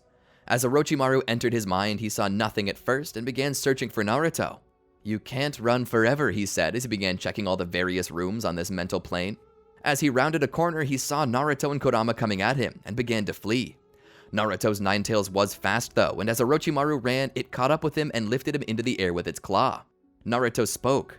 I thought you were going to accept me for who I was, but now I know you were nothing but a scam. You didn't want me here because I was a misfit, you just wanted to take my body, like Sasuke said. Well, bub, that's not going to happen. The only one who's about to lose something is you. Orochimaru began to panic. Let's not be hasty, Naruto. Let's just... Suddenly, Kurama crushed him. In the real world, Naruto, with his version 2 cloak, would have just killed Orochimaru, leaving his body on the floor. Naruto stood there over the body and let out a sigh. He thought about what Sasuke had said. He decided to send a private correspondence to Kakashi about this, asking what to do now. As it stood, Team 7 were the only friends he really had, so he needed to know what to do about it. Elsewhere, Sasuke and Itachi had already made it to the roof of the hideout. There, they continued to face off against each other. It began to boil down to their Susanoo. Itachi's possessed the Yara Mirror and the Blade of Totsuka. Sasuke managed to form a blade out of Amaterasu and Kagutsuchi. As Sasuke stood there, he began to feel like he had the disadvantage against his brother's attacks, and he did. The Blade of Totsuka would seal up anything Sasuke had learned. He needed to avoid it. Worse still, the Yara Mirror seemed to be blocking everything. Sasuke had no other recourse. He needed increased strength and speed, so he utilized Sage Mode to give him the extra oomph he needed. He had to be fast enough to get around Itachi and strike him. Once he'd gathered enough chakra and began moving, he appeared behind Itachi, but Itachi's speed was something else. However, despite Itachi's speed allowing his Susanoo to be ready to defend itself, Sasuke's attack was filled with Sage Chakra. He pushed his attack forward, and oddly, the Yara Mirror couldn't block the shot. Instead, it cracked. Sasuke came to realize that this thing could absorb any form of chakra that came its way, but it didn't have enough strength to absorb nature energy. So Sasuke began to hedge his bets on Sage Chakra and continued attacking. He managed not only to break through the Yara Mirror, but the whole Susanoo. As Itachi's Susanoo began to fail, Itachi, now bleeding with every breath, having tired himself, he began to walk over to the only pillar that survived their battle and sat down by it. Sasuke, letting his Susanoo go, walked over and knelt down by him. "You're sick, aren't you?" he said. Itachi looked up at him. "Yeah, I'm too tired to finish this battle. But even if I wasn't, I can hardly see anymore. I don't think I'm going to be able to fight back, so just kill me and take your prize." Sasuke shook his head. "No, Itachi." Itachi looked over. "What?" Sasuke sat down beside him. "I don't want a prize. I want justice, but it seems at this moment that I'm not going to need to do anything for it. You're not the same person you used to be." Itachi chuckled. "I can't even remember how I used to be. So much has changed without my consent. At this point, death is a mercy." Sasuke looked over. "What possessed you to destroy our clan? Was it really the need to be the strongest?" Itachi shook his head. Knowing his time was drawing near, he couldn't help but get it all off his chest. "No, I was ordered to by Danzo Shimura. The Uchiha were rebelling against Konoha, and the only recourse was to kill them all. I'd like to say it wasn't Danzo's fault, but I'd be lying. Regardless, the destruction of the Uchiha was for the best. They would have eventually risen up to destroy everything for which so many have fought and died, all because they couldn't see past their own emotions and hubris." Sasuke listened. "Not to cast all the blame on Danzo. It's my fault for killing them in the first place. I just wanted to save Konoha from a war. In the end, the best thing to do was what I did." Itachi looked over at Sasuke. "Listen, I know this makes you want to kill Danzo, but you can't. If you do, not only will it destroy you, but it'll also leave Konoha without a viable Hokage, and it'll eventually lead us to war." Sasuke shook his head. "But how can I look away when he stole our honor?" Itachi looked at Sasuke and smiled. "He stole my honor as well. Or so I would say. In actuality, I gave it up willingly to protect the honor of the village. The same with Shisui, and the same with our parents. The whole clan had to give up their honor to protect the village. Danzo messed up, but think about what's best for the village. In the end, I was the one who killed. Let the dishonor die with me." "But Itachi, if he coerced you into doing it..." Itachi looked to Sasuke. "I know it's bitter, Sasuke, but this is how it has to be. Even if he did evil to us, we can't repay that with evil, or everything for which I fought and suffered will be ruined. Our clan dedicated their lives to serving the village, and they dedicated their deaths in the defense of it. For 3 whole Shinobi World Wars, our clan fought for the safeguarding of the village. That is the Shinobi way. I know you want to avenge me, Sasuke, but at this point, the best you can do is forget about me." The two continued to talk about their situation, how they lived after, and how they got to where they were now. But as they talked and bonded for this last time, Itachi began to reach the end. He let out a long coughing fit from which much hemorrhaging came. Sasuke held him. Itachi looked up at Sasuke. "I'm finished, Sasuke, but I want you to take my eyes. Use them. Don't let the light in your Sharingan go out. Let me see the future you will make with your friends." Sasuke nodded. Itachi smiled. "I'm sorry I never got around to teaching you to become a shinobi, Sasuke." He laid his head against his little brother's chest and listened to his heartbeat. "I'll see you on the other side." And with that, Itachi passed away. Sasuke spent quite some time crying over this, but as a few hours passed, he regained his composure. He remembered what his brother had asked him to do. Sasuke would then proceed to implant Itachi's eyes into his own head to gain the Eternal Mangekyo Sharingan. After this, he would utilize his fire release to burn Itachi's body to ashes. He would place the ashes into a small urn and would bring them back with him to Konoha. While there, he found the cemetery where the Uchiha had been interred and would proceed to bury them. He stood there over the grave, looking down upon it. He had planted a headstone that simply said, "In memory of a patriot who saved the world." As he stood there over the grave, a tear began to roll down his cheek.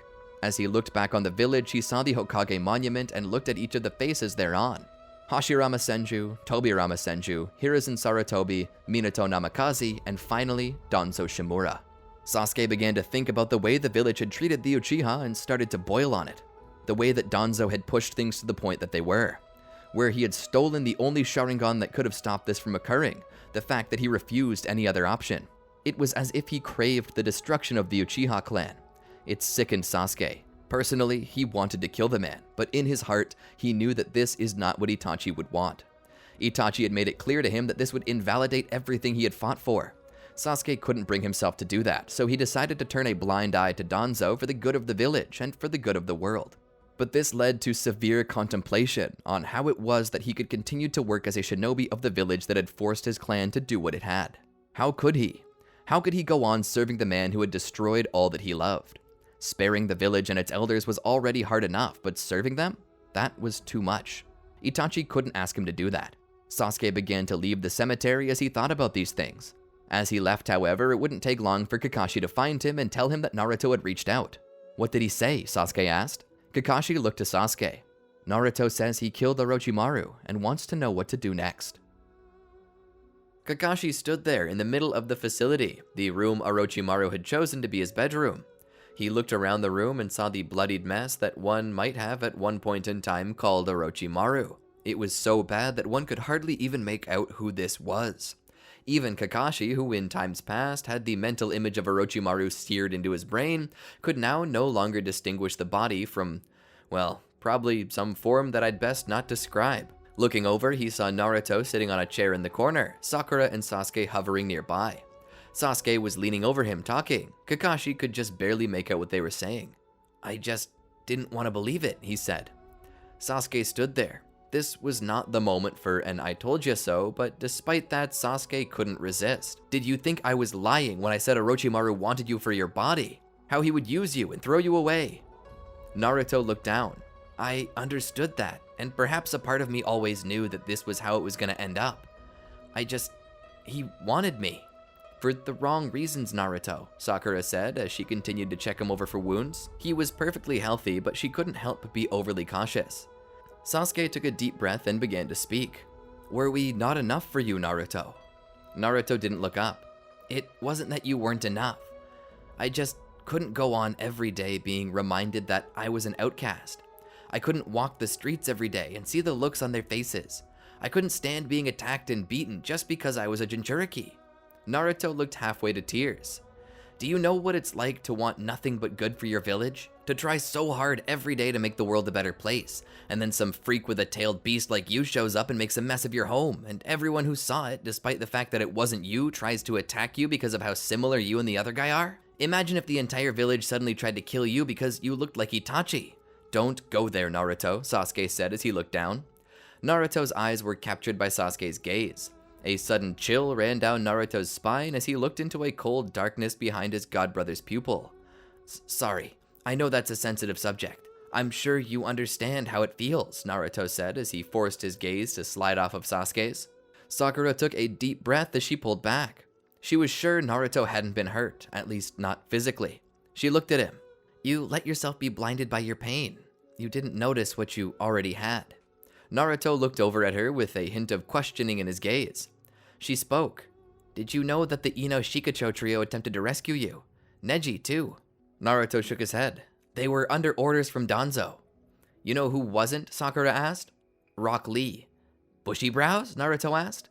"Is that where the sounds of battle I heard came from when I was fighting Sasuke?" Sakura nodded. "He took on the entirety of the Sound Four to protect you, to bring you back. But wasn't he injured? Didn't Gaara basically end his career?" Naruto asked. Sakura nodded. "He did. Yet he still got out of that hospital bed and went after you. Naruto looked down at the floor. I'll have to thank him. You won't, Sasuke said. Naruto looked up at him. Huh? Sasuke looked down on Naruto. You can't thank him for what he did. He died. He got himself killed and dragged the Sound Four to the grave with him. Naruto was overcome with a sense of guilt as tears began to form and pour from his eyes. No, that wasn't... I didn't want that to happen. I didn't want anyone to get hurt. At this point, Kakashi began making his way over. Naruto, we know you didn't. Lee understood the risks and made that decision himself. But I put him in that position. How can I ever forgive myself? They were quiet for a moment. You made a mistake, Naruto, and someone died because of it. Tears were spilling from his eyes onto the floor as Naruto listened to his master. Kakashi then spoke. You're not the only one who's gone through that. I went through that. Because of my decisions, a friend of mine ended up dying. In fact, 2 friends of mine did. I no longer have a master, nor do I have a team to reconnect with. I'm the last of my team. One of them perished in a cave collapse because I made a faulty decision based on fear, and the other one died by my own hand when she flung herself in front of me. My father was the same. During the Second Shinobi World War, my father, Sakumo of the White Fang, was a legend, but he valued his friends over the mission, and he proceeded to sacrifice the success of an important mission to save the ones he cared about. This led to many others dying, and my father being an outcast. Attempting to regain his honor, he waited until I was gone and committed harakiri on our living room floor. But despite that, my heart was scarred forever. Kakashi put his hand on Naruto's shoulder. Listen, Naruto. Honor, once lost, is believed by many to only be regained by ending one's own life. But I refuse to conform to that belief. After all, one can never atone for a past mistake to their village if they're dead. More lives can be saved by a living shinobi rather than a dead one. So in cases like this, the only thing you can do is continue living. But you have the choice to decide to be better. You can choose now not to let your mistakes define you. You can choose to live and fight for justice in the name of Rock Lee. It'll be hard, and your emotions and sorrow will likely fight against you, but persevere. Don't give up. Live a life that will make Lee proud and make him say, I made a good decision. Be strong and keep pushing through the pain. Naruto sat there and nodded. The group stood and began making their way back to the village.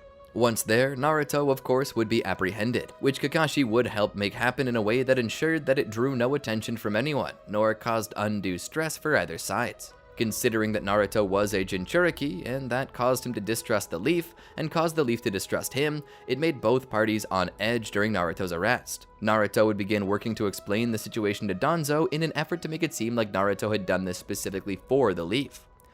He tried to pass it off as a 12-year-old patriot who didn't know how best to serve his village, making a mistake that led to the destruction of what could possibly be the village's highest known bounty in the bingo book. And while Danzo was mulling this over, he also couldn't help but remind him that Sasuke had also taken care of Itachi, who would have been the second highest ranking bounty in the bingo book. Basically, Kakashi was weaving a tale and formulating an argument that downplayed the severity of Naruto's mistake while upplaying the outcome of Konoha having captured and defeated the 2 greatest threats. Not only has my team eradicated 2 of Konoha's greatest threats, Kakashi said, but we did so under you.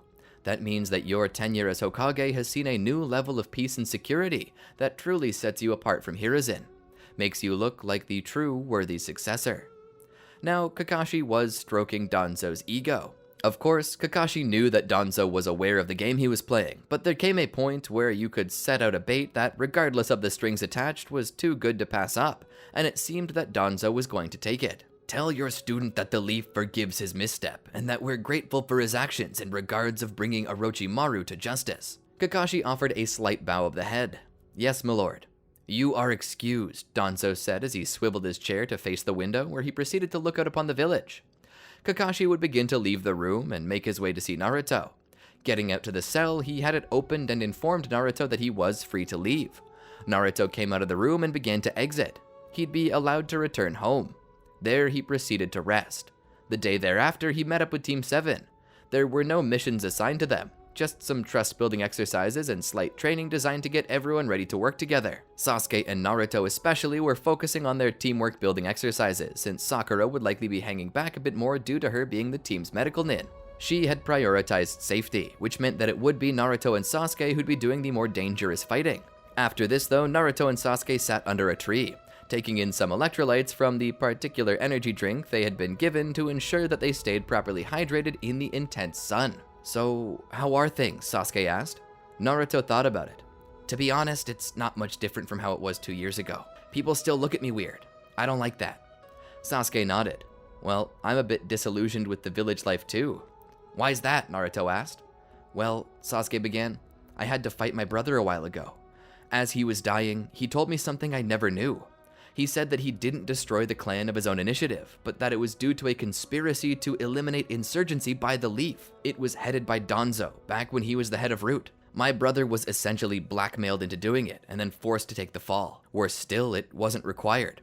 Danzo could have stopped the Uchiha in a more peaceful way, but specifically chose to kill them." "No way," Naruto said, unable to believe what Sasuke was saying.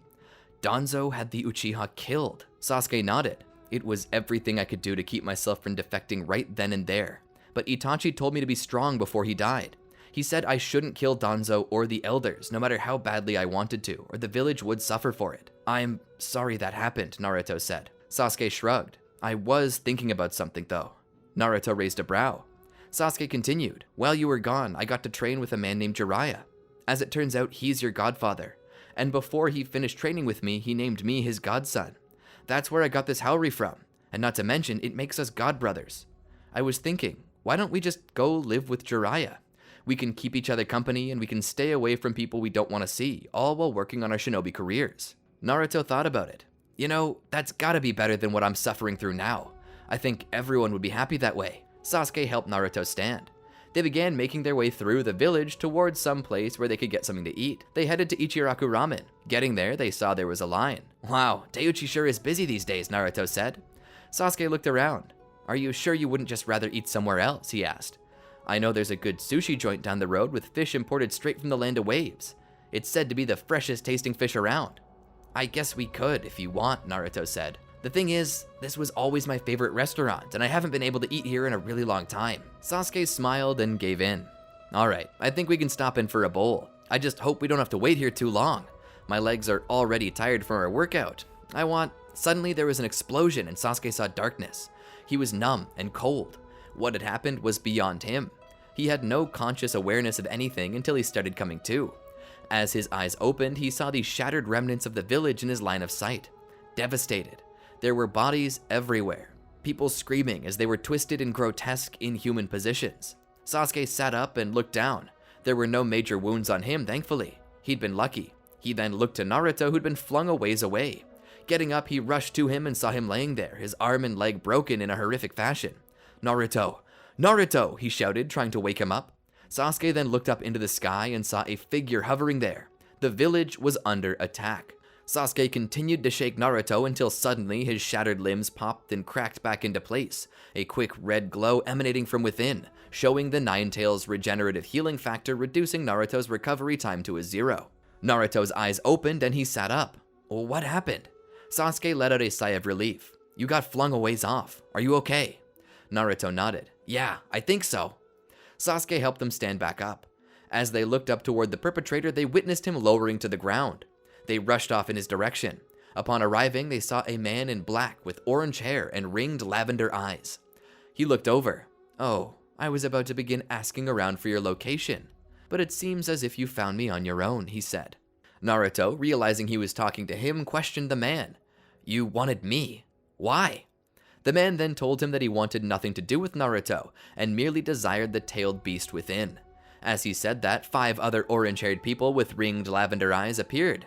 "You really are a freaky little band of weirdos, aren't you?" Sasuke said as he looked around. "What do you call yourselves?" The lead man spoke. "I am Pain, and these are my 6 paths. Surrender to us and we'll leave your village in peace." Sasuke looked back. "More like pieces. You've already destroyed it. Why should we not just stand our ground and try to kick your ass?" Sasuke asked. Pain maintained a cool demeanor. "Doing so will result in unnecessary death for you and the others in your village.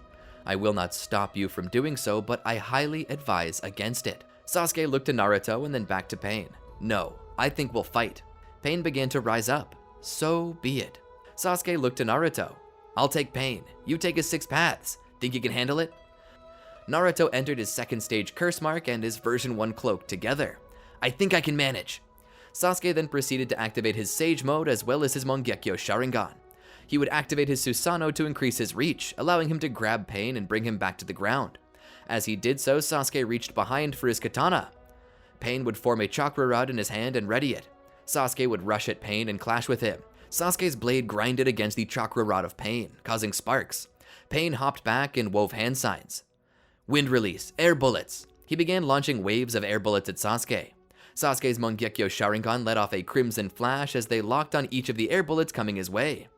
Sasuke suddenly dashed forward toward Pain and the incoming bullets. Blade at the ready, he began to swing, carving through the bullets before they could hit, causing each one to split and pass by harmlessly.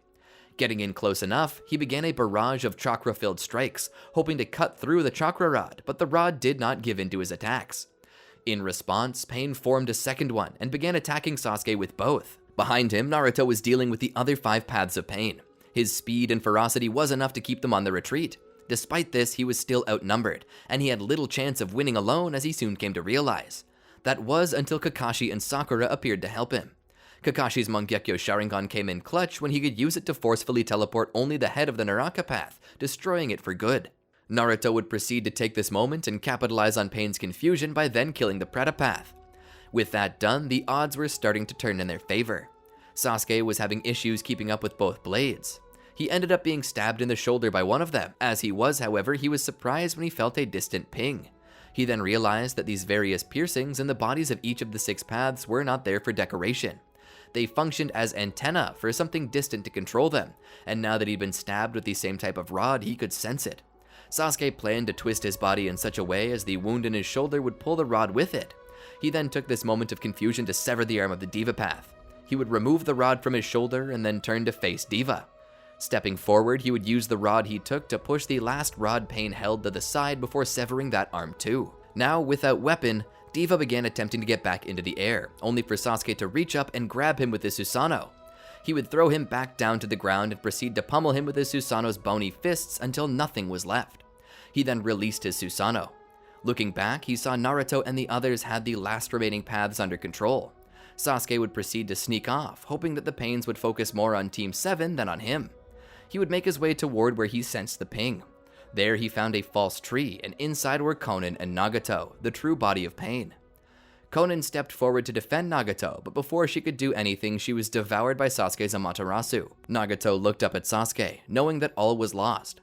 Neither of them spoke. Neither of them had anything to say to the other. Nagato witnessed a darkness festering inside of Sasuke, a subtle hatred, and he knew there was no talking Sasuke out of this. Pain simply accepted his fate. Sasuke would light him ablaze with his Amaterasu and let the flames turn him to ash as well. Without Pain's influence, the bodies they were fighting would suddenly fall to the ground, lifeless. Sasuke would return to the village. During this time, they'd report back to Danzo about what happened. "It seems that was Pain," Danzo said. "You knew of this man?" Kakashi asked. Danzo nods. "I sent Jiraiya out to discover the identity of the Akatsuki's leader, and I received a report that his name was Pain, and that he possessed a Rinnegan, a dojutsu so powerful that no single person is worthy enough to utilize it. That being said, the body must be retrieved to ensure that they don't fall into the wrong hands." "Don't bother," Sasuke said. "I already burned it to ashes. The Rinnegan no longer remain." Danzo seemed slightly annoyed by this statement, and that was him displaying great control over his emotions. Deep down, he was insanely annoyed over this, but he decided it was best not to mention it. "That's fine, so long as they're no longer a threat to the world." Naruto then spoke up. "A second ago, you mentioned Jiraiya, right?" Danzo nodded. "Indeed, he was one of the best shinobi the Leaf ever trained." Naruto elbowed Sasuke. "That's our godfather." Sasuke smiled. "Where is Jiraiya, by the way?" Danzo sat forward. "That's the thing. As he investigated Pain for the Leaf, Pain caught on to him. Jiraiya had to face Pain and had to do so alone. This resulted in his death." Naruto's eyes widened. "Wait, he got killed?"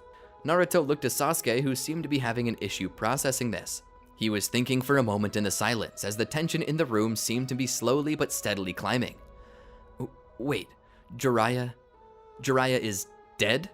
Danzo nodded his head. "Yes, my condolences for your loss. You may see yourselves out." Sasuke stood there in total shock. "You sent Jiraiya in alone, and now he's dead?" Danzo's gaze turned back to Sasuke. "I don't believe I stuttered," Danzo said. Sasuke began to tear up. Danzo stood and walked around the desk. Jiraiya was one of the best shinobi I've ever seen. I knew that if anyone could get this information, it was him. He was happy to do it. The words didn't seem to help Sasuke any. Danzo continued. He loved his village and was willing to die for it. He followed any and all orders regardless of the cost. That's the mark of a true shinobi who deserves the honor he will receive. I will have him interred in the hero's cemetery, his name forever enshrined beside the likes of Hashirama Senju. Sasuke felt his tears drip down as the Mangekyo Sharingan he did not know he'd activated suddenly cast a Matarasu onto Danzo. Danzo stumbled back with a cry onto his desk. Kakashi reached out. Sasuke, what have you done? Sasuke stepped back. It was an accident. I'm sorry. I'm not sorry. Kakashi grabbed a nearby bucket of water used for mopping and threw it on Danzo. Danzo seemed to burn away, but as that happened, suddenly his body faded to nothingness and reappeared somewhere else in the room completely unharmed, no longer on fire. You treasonous Uchiha.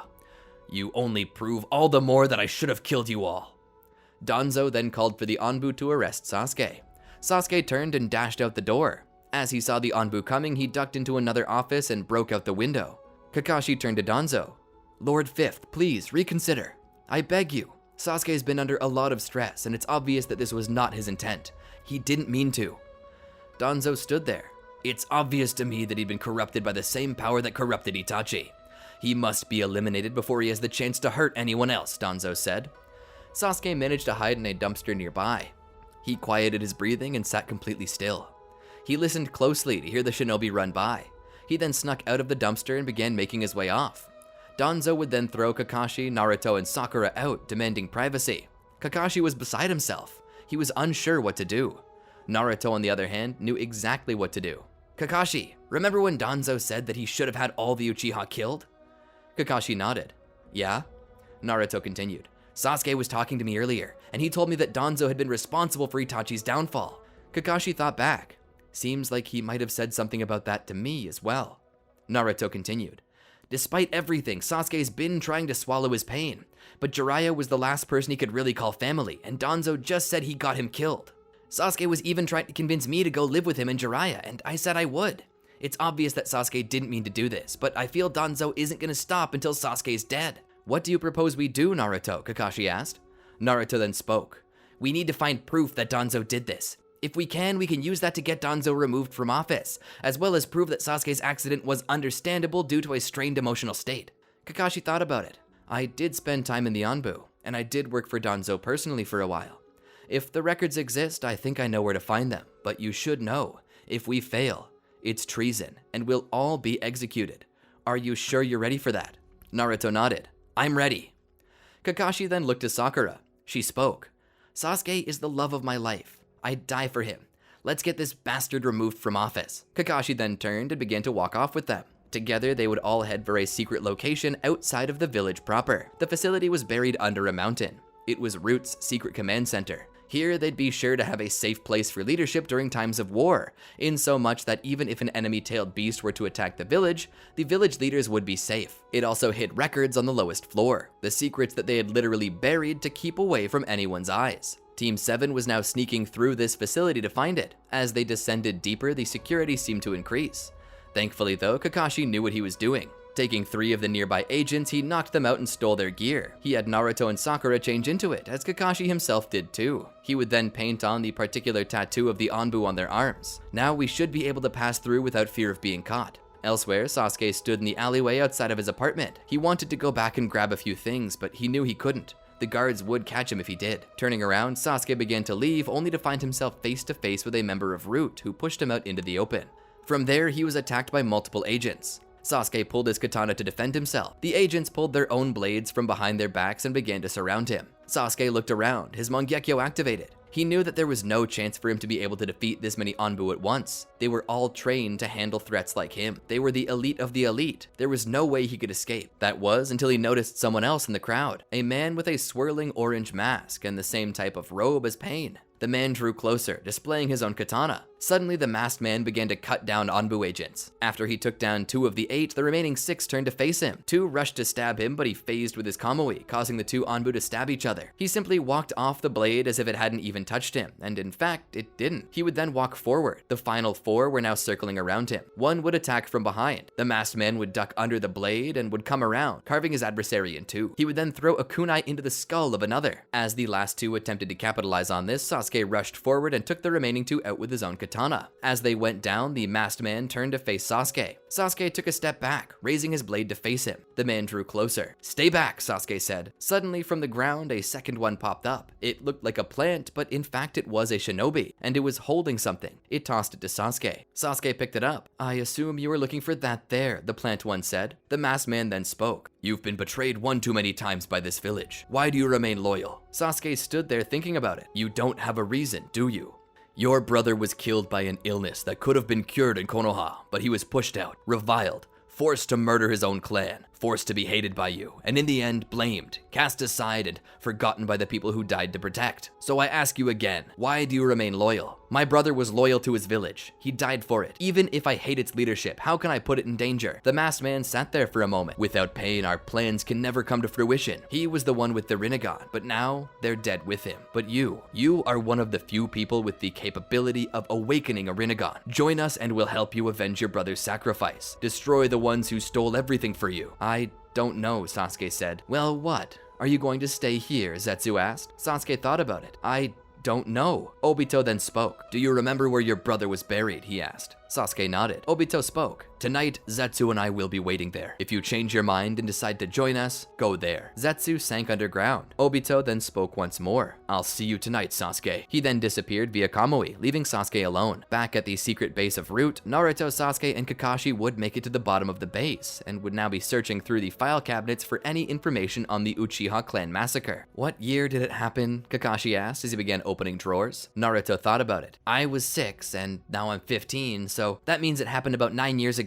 "Ah." Kakashi then moved 2 more file cabinets and opened the drawer. Inside, he began skimming through the many files for that year. He eventually found a large dossier with the seal of Danzo on it and the print "Top Secret" written across the file's envelope. "This is it. This should tell us everything about the situation. We need to get out of here." So they began to exit the building the same way they came in, keeping the file hidden in Kakashi's Kamui. Once out, they began to search for Sasuke to tell him. "How could you even be sure he's still in the village?" Kakashi asked. Sakura shook her head. "I don't know. I just know. You know?" Naruto nodded. "Where do you think he is?" Sakura shook her head again. "I don't know that either. I just feel he's still here." "Well, he won't be at his apartment," Kakashi said. "So where could he be?" Naruto thought about it. "I think I know." The group would then make their way to the cemetery. There they found Sasuke standing over the grave of Itachi, speaking with 2 individuals, both dressed the same way as Pain. "Sasuke!" Naruto called out. Sasuke turned around, growing defensive. Naruto rushed over. "Sasuke, what are you doing?" Sasuke then spoke. "I'm leaving the village, Naruto. I just can't fight for Danzo anymore. Not after what he did to my clan. And now that he's considered me a traitor, I have nothing left to do." Sasuke held up the dossier. "This is all the proof you need to bring Danzo down,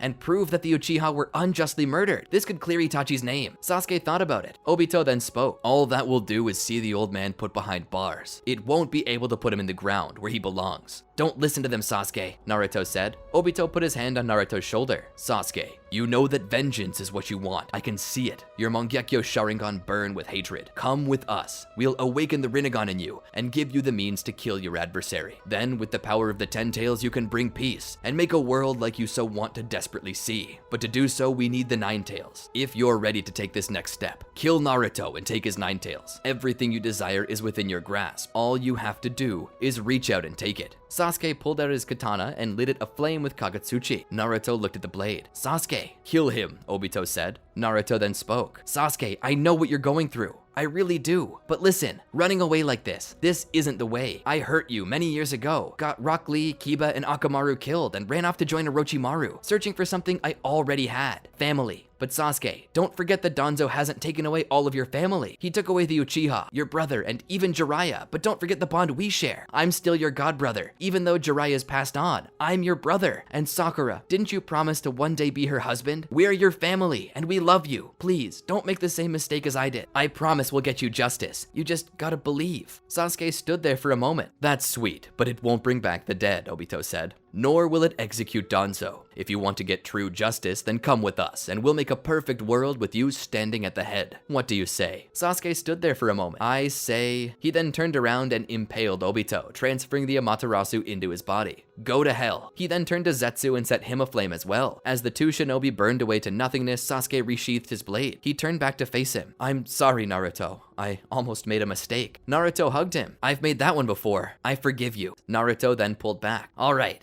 How about we go expose Danzo for his crime?" And that's exactly what they did. The very next day, the news broke about Danzo's involvement with the Uchiha massacre. This caused public outcry against Danzo and his administration. Of course, Danzo attempted to maintain power by force. That was until the Fire Daimyo himself sent forces into Konoha to help smooth things out, along with his newly appointed Hokage, Kakashi Hatake. Kakashi would have Danzo and the rest of the Konoha council removed and arrested for war crimes and treason against the village. From there, he'd begin focusing on rebuilding trust between the village and its leadership. A few years would pass, with the remainder of the Akatsuki being hunted down and defeated. Sasuke and Sakura would be married and attempted to begin recreating their clan, starting with their first child, a daughter that they would name Sarada. And that's where the story would end. Remember when I said that you could lead a horse to water but you couldn't make it drink? I was insinuating that Sasuke could be made to choose to stay in Konoha instead of Naruto, but that in the end he would inevitably choose darkness. But here's the thing, I'm not so certain Sasuke would. If the proper circumstances were met, Sasuke would return to the light and stay there. Sasuke doesn't necessarily wish to go to the darkness, it's just what he's drawn to. But the very end of the series shows us that Sasuke is not fated to die in darkness, but to serve in the light, with Boruto going so far as to show him abandoning Konoha a second time just to protect it. But anyway, I hope you enjoyed the video. Be sure to tell me what your favorite part was down in the comments below. Don't forget to like, subscribe, and ring the bell to be notified when more videos like this one drop. And while you wait for those, check out these other great videos. Anyway, until next time, peace out.